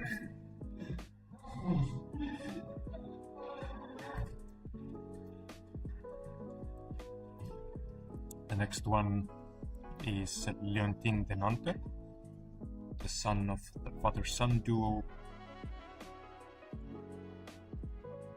and Elisabetta Filipova from Latvia.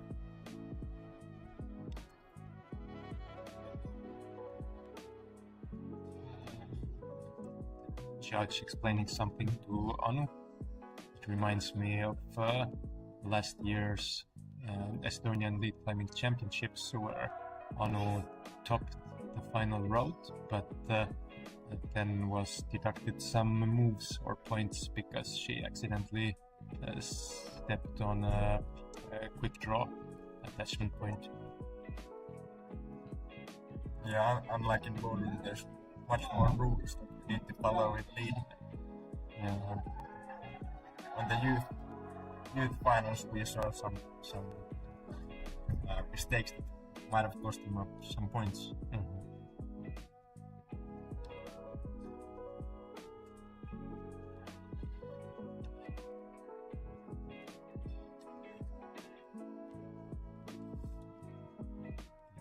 Tenanto from Solna Climbing Club.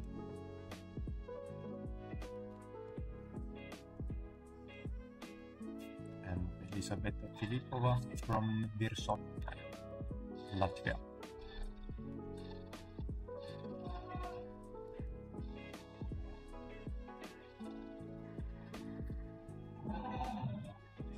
It would be super impressive if Leontin could continue his continue his strike and add another top to his finals. Yeah, he did really well in the qualies. Yeah. He topped the hard spot, or was at least super close. Yeah, I saw him on the attempt where he was really close. Yeah. A move or two before the top.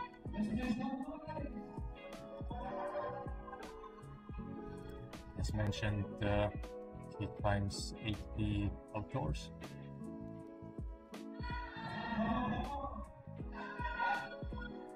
Yeah, Sweden is producing a lot of really strong climbers.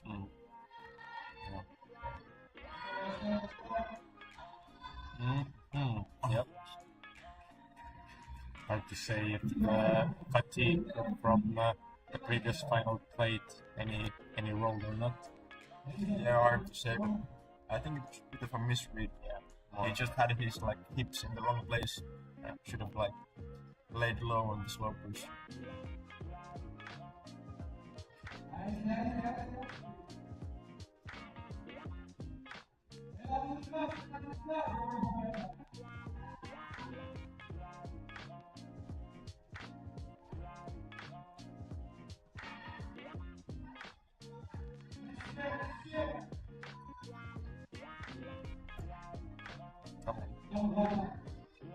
I wonder if she's seen the whole behind the volume. It's a really good print behind the volume. Yeah, she's seen. She looks tired. Oh, nice. Right. High point.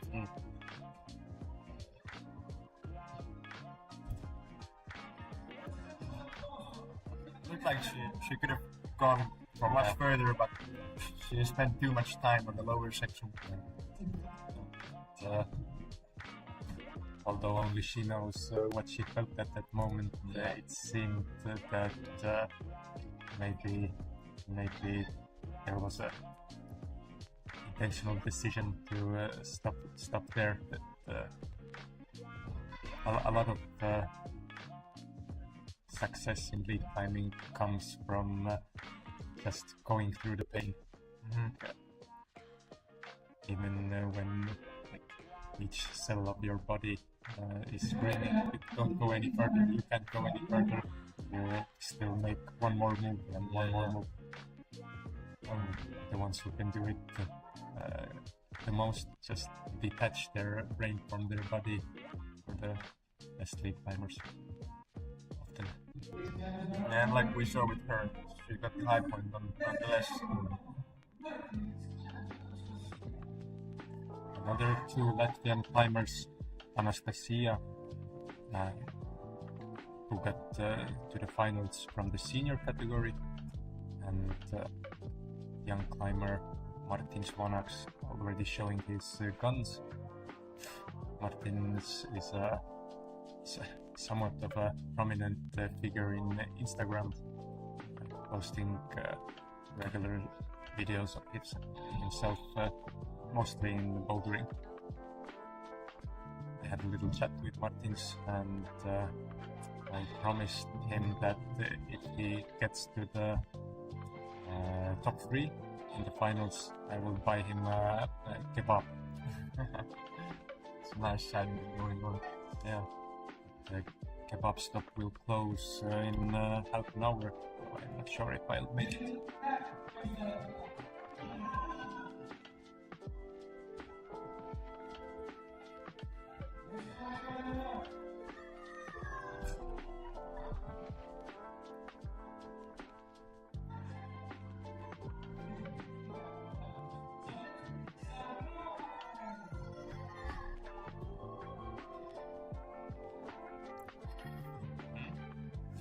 Almost misread the sequence, but she's gone. Yeah, now she either didn't notice that. Yeah, she went to the completely wrong hole. Now she understood her mistake. Must be disappointing. Went like fast and confident until then. Yeah. Didn't look tired or nothing. Just Martin's in a bit of a pickle. taking his time to rest. As long as he doesn't spend too much time there, I think it's a smart decision to recover a bit.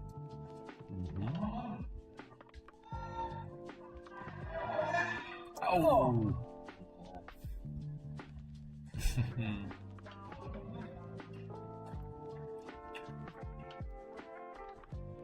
Will it be enough for a kebab?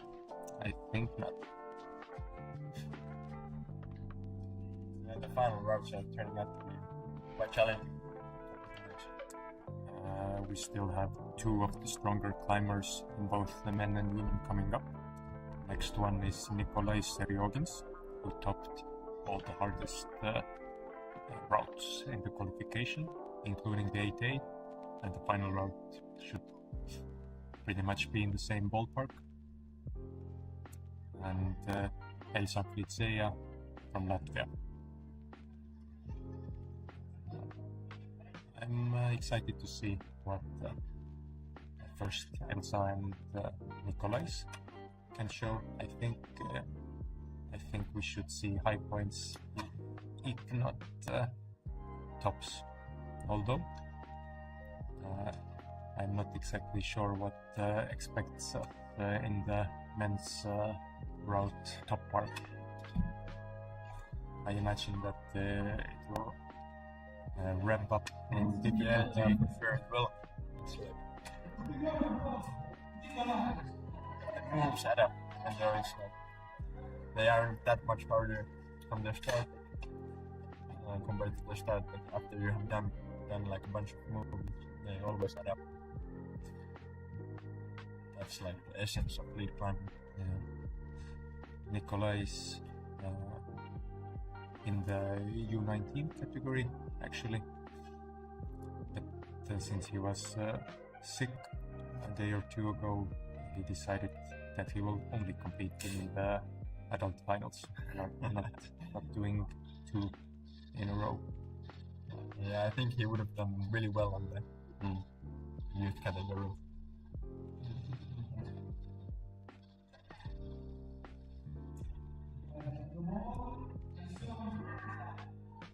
Nikolai has always struck me as a really intelligent climber.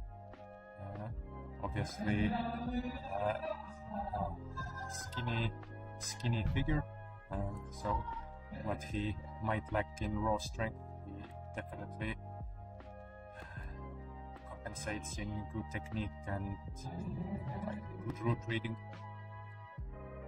Yeah, and in the qualies he didn't look like he could do. He looked somehow like always struggling, but still making his way up the routes, like without too much trouble. Come on.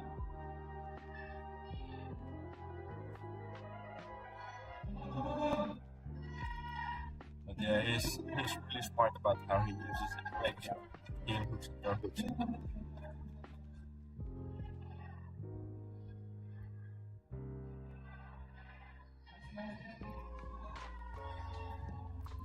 Nice, we're seeing high point on the women's one.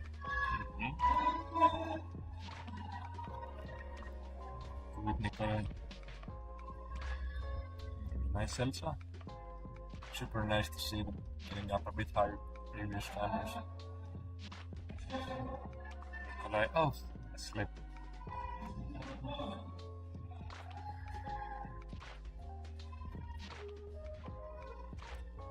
Now we are at the section of the women's route that we hadn't seen before.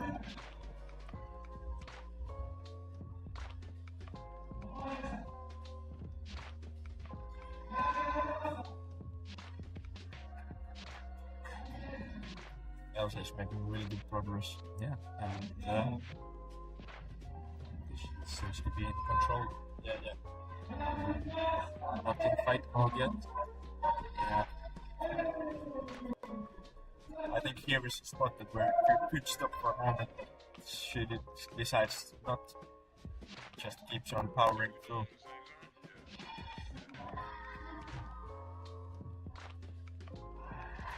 That came out of nowhere. Yeah. But Good effort. really good effort. Yeah. Definitely not easy to beat for the last competitor, who is Elli Levin. And the last male competitor is the reigning Tartu Lead Climbing Open champion, Purplecat from Lithuania. Yeah, Michael is really strong. Yeah. All power. And he has a lot of experience. Having climbed 8C natural rocks. Yeah, and if I'm not mistaken, he has done some World Cups as well in the past.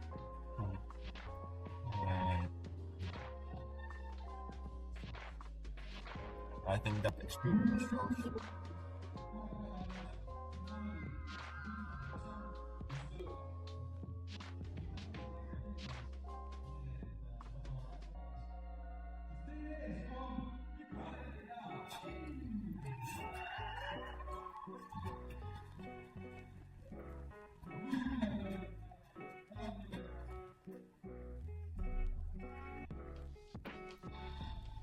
While wasting no time getting on the route.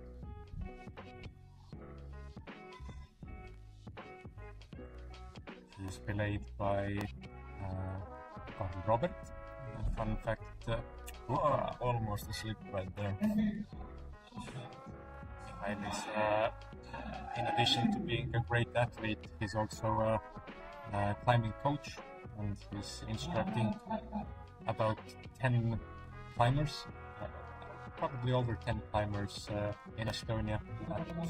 Karl Robert, the guy who is coincidentally belaying him, is one of his students. Ellie took her time to read the route, which is, I think it's smart. The lighting on the walls looks really cool. Definitely, yeah.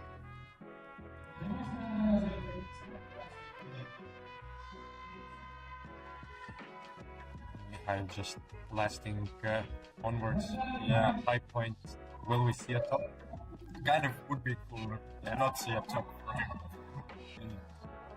I don't know. I think we still wish for him to top the route. Such a cool angle of the wall.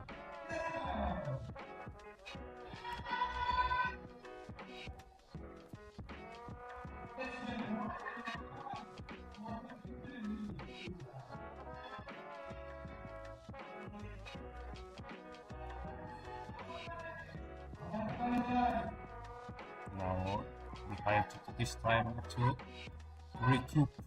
Yeah. Ellie is almost through the hard part of the traverse. Ellie was surprisingly strong at the qualifications. Yeah. She also did the previous youth final, and I think that's weighing on her. Yeah.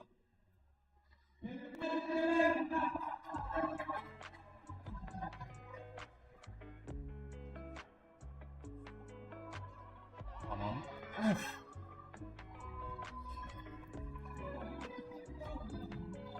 Mistake. A good fight. Yeah. I think he's actually happy. Although, I think there was still something left in the tank. Yeah, for sure.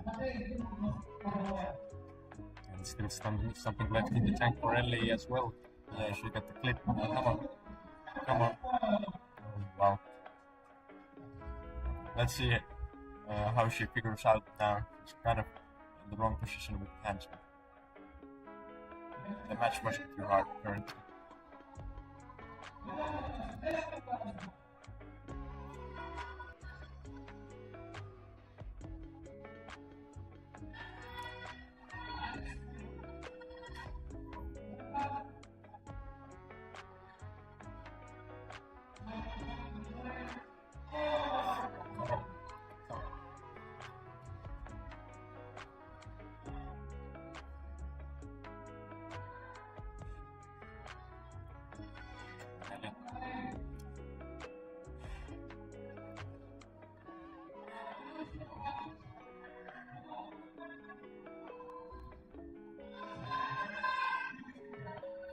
I think she only needs like 1 or 2 more holes.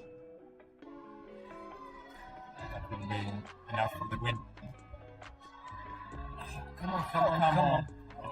What a save. You got it. What a save.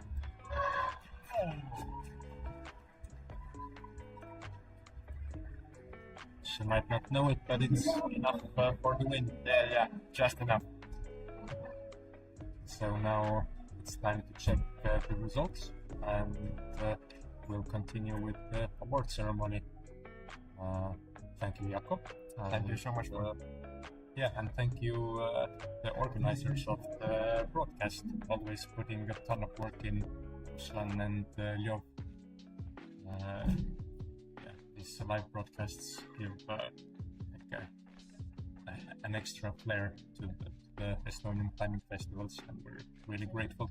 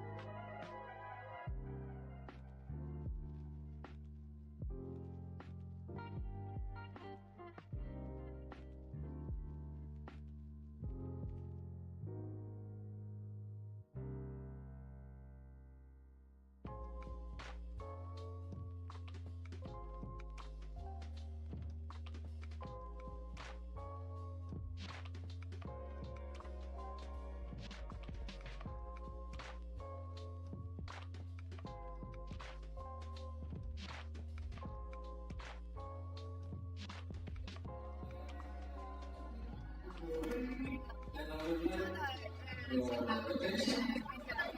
a second, please. Because when they asked the coach, one of the big guys, yes, he would like to say something.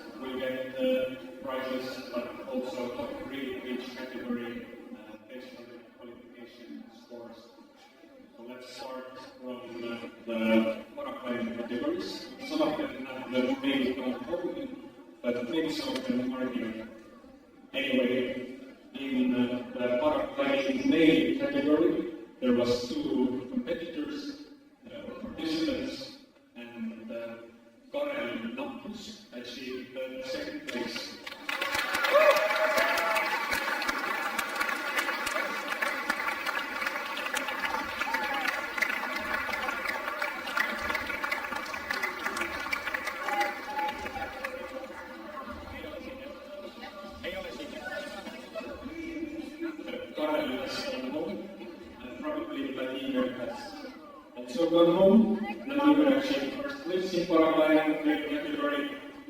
But let's see, the female paragliders are still here. Third place, Jelena Ippen.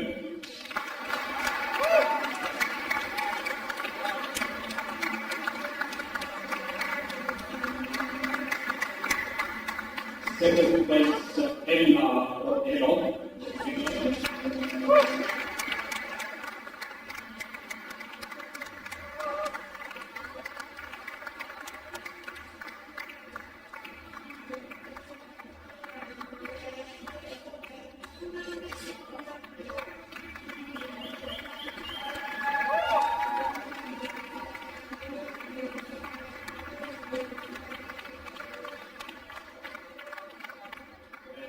First place went to a competitor who actually participated not only in this category but also with her age group in U15 girls, Felicia Yuzelenko.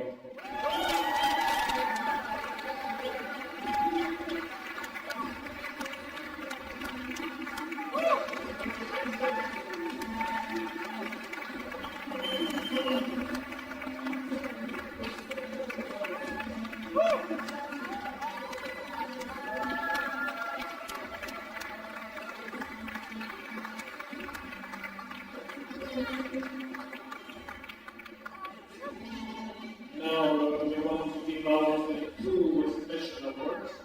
The youngest age group was officially U13 but we also had younger participants from U11 category. So we'll give out the best U11 girl and the best U11 boy based on qualification results. The best girl was Lena with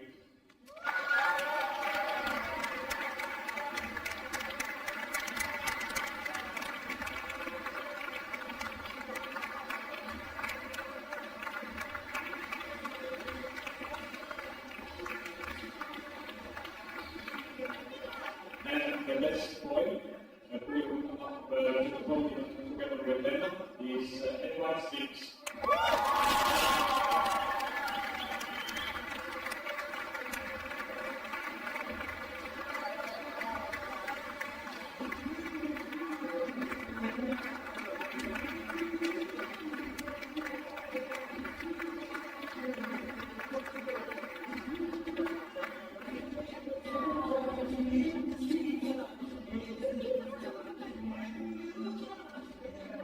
Now we'll continue with another category that is invented in Tartu. It's the senior category, so over 40-year-old climbers.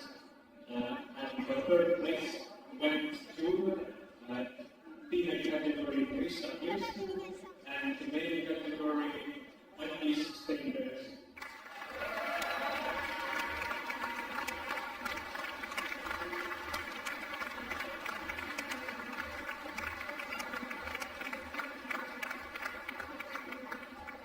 The second place went to Easy Puzzle and Alexei Shulkov.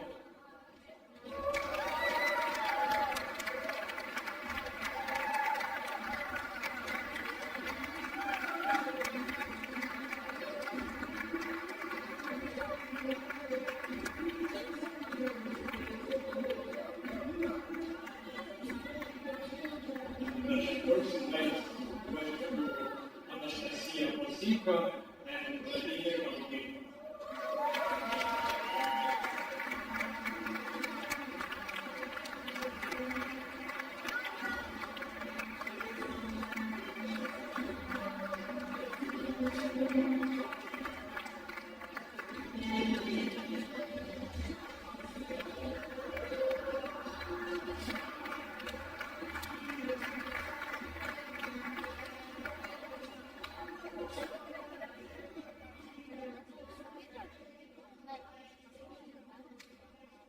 Now let's continue with the youth categories. There's a lot of them, so have patience. The U13 category, number 3 in the girls is Oscar Mann and Johannes Stenberg in the boys category.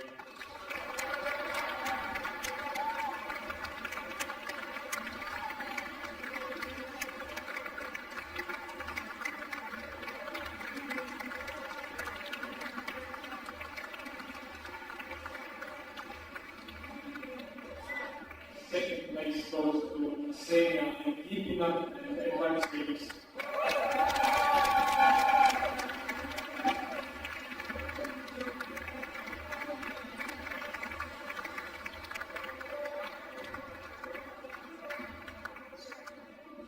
And first place in U13 goes to Vytjagailovski and Jaakko.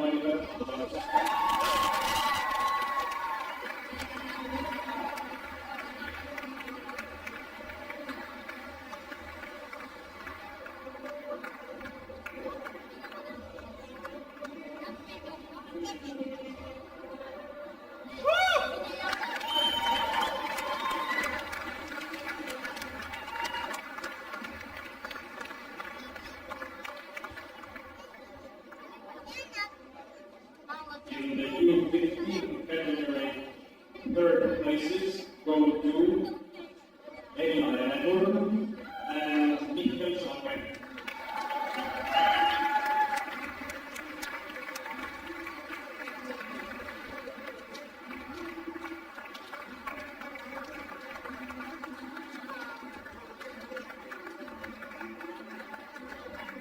Second places go to Lauri and Max Inman.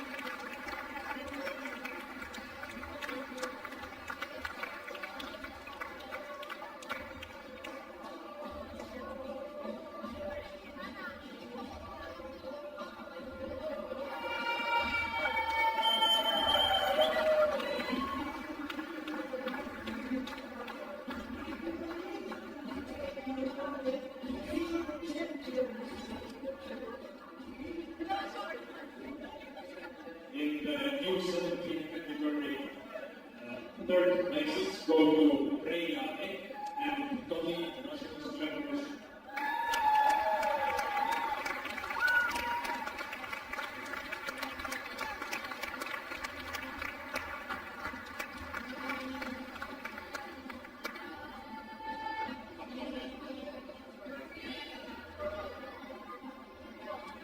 Second places go to Purplecat and Aizatulin.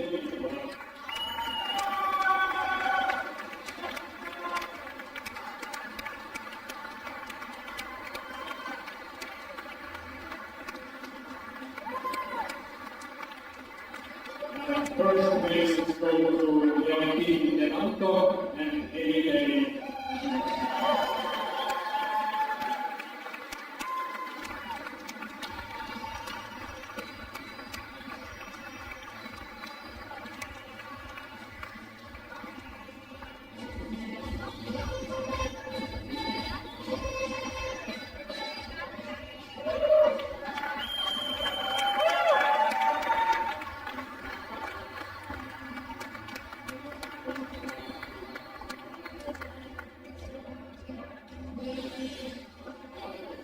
U19, third places go to Vytjagailovski and Lauri.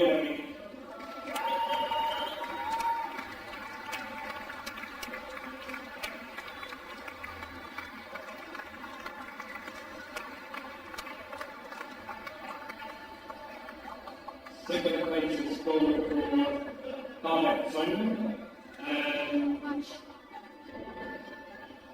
Rebecca.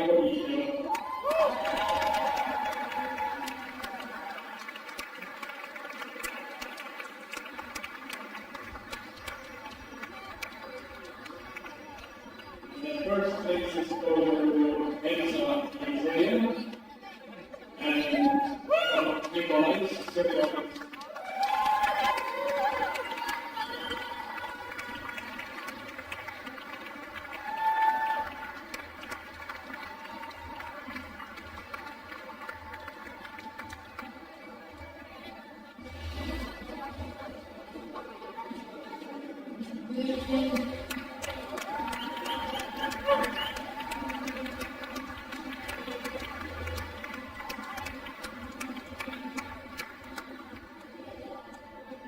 Now the open name or adult name category,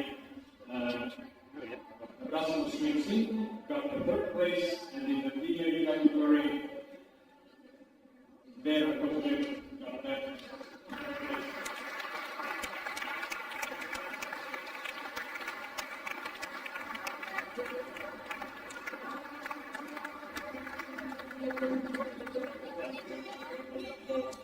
Where is Ruslan? It's just here.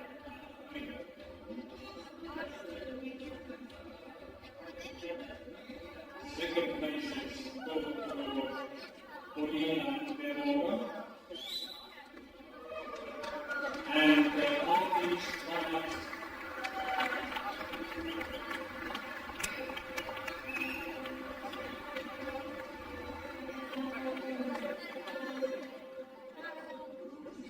First places in the qualifications go to Vytjagailovski and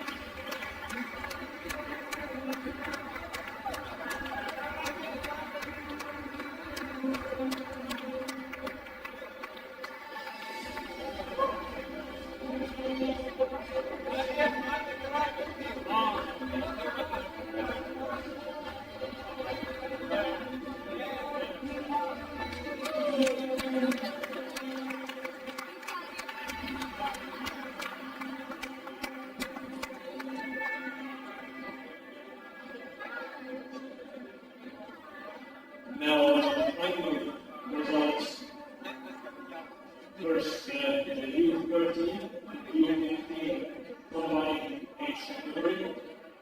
Third places going through U13 U19 and Vytjagailovski.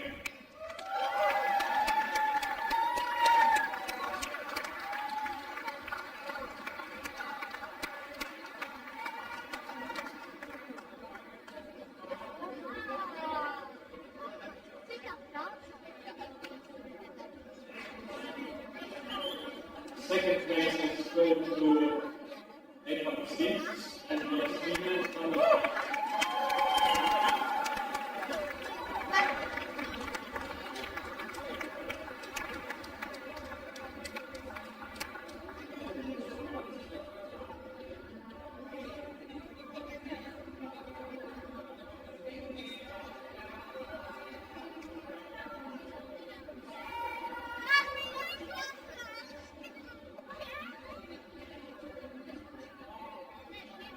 the winners of Tartu Lead Climbing Open 2026 in this age category are Ronimistehas and Vytjagailovski.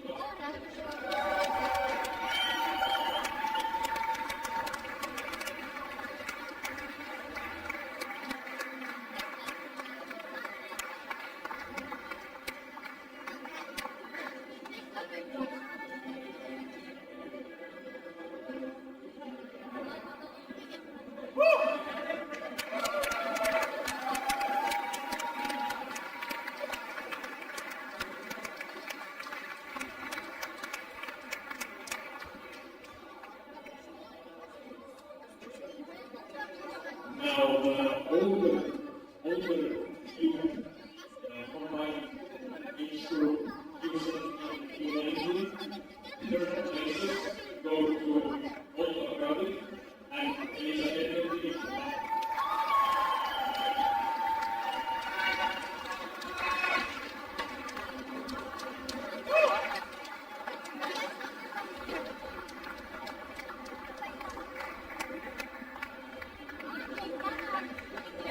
Second place go to Ruslan and Aizatulin.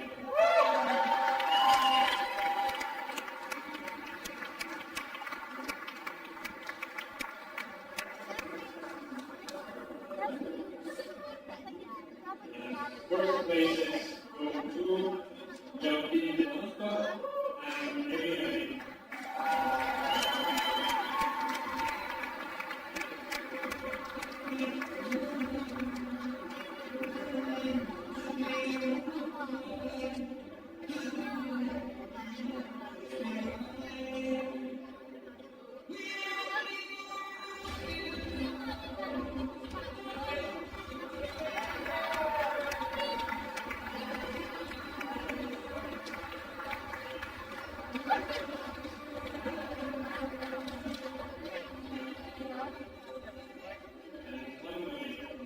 Open category.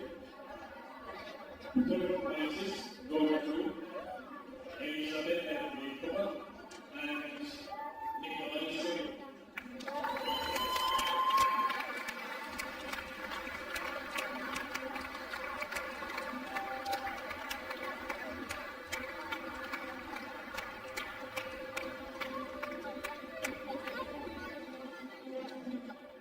Second places go to Aizatulin and U17.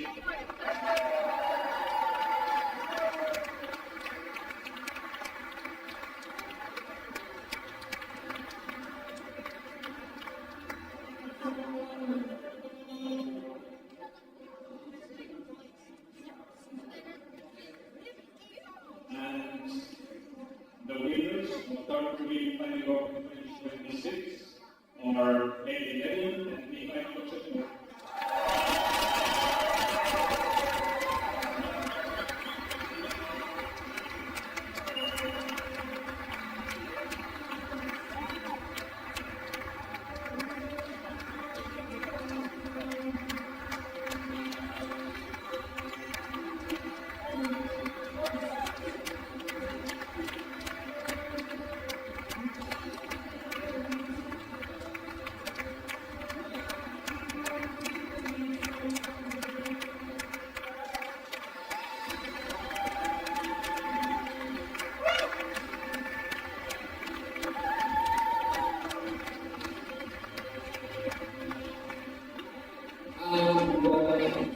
would like to thank some people who are being helpful in this festival competition.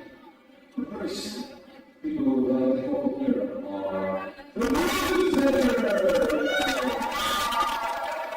so ladies and gentlemen, please come here.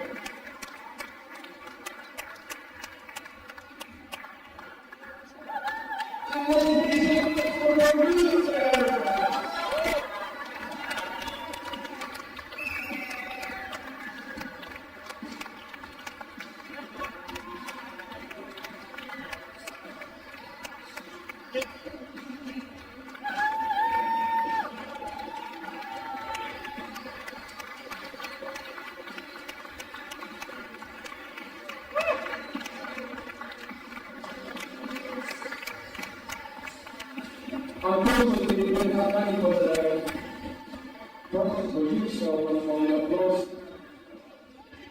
And now I would like to call here everyone who has been helping for this competition of festival happen. So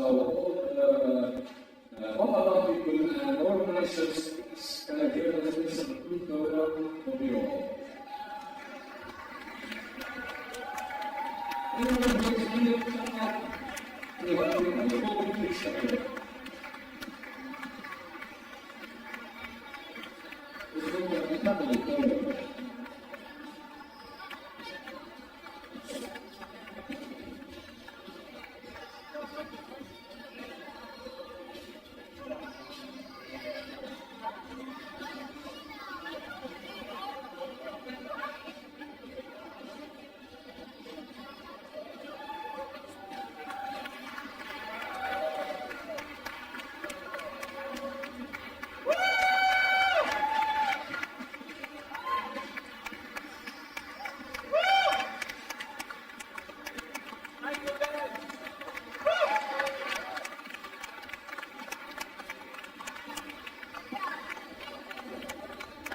And the ones who are not going to walk forward here, but deserve a round of applause are yourselves and the crowd who has been cheered here all along. So, big thank you for you all.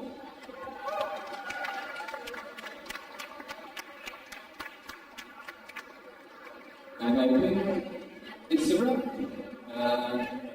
Try to say goodbye and good night, and we'll see you next year. Thank you.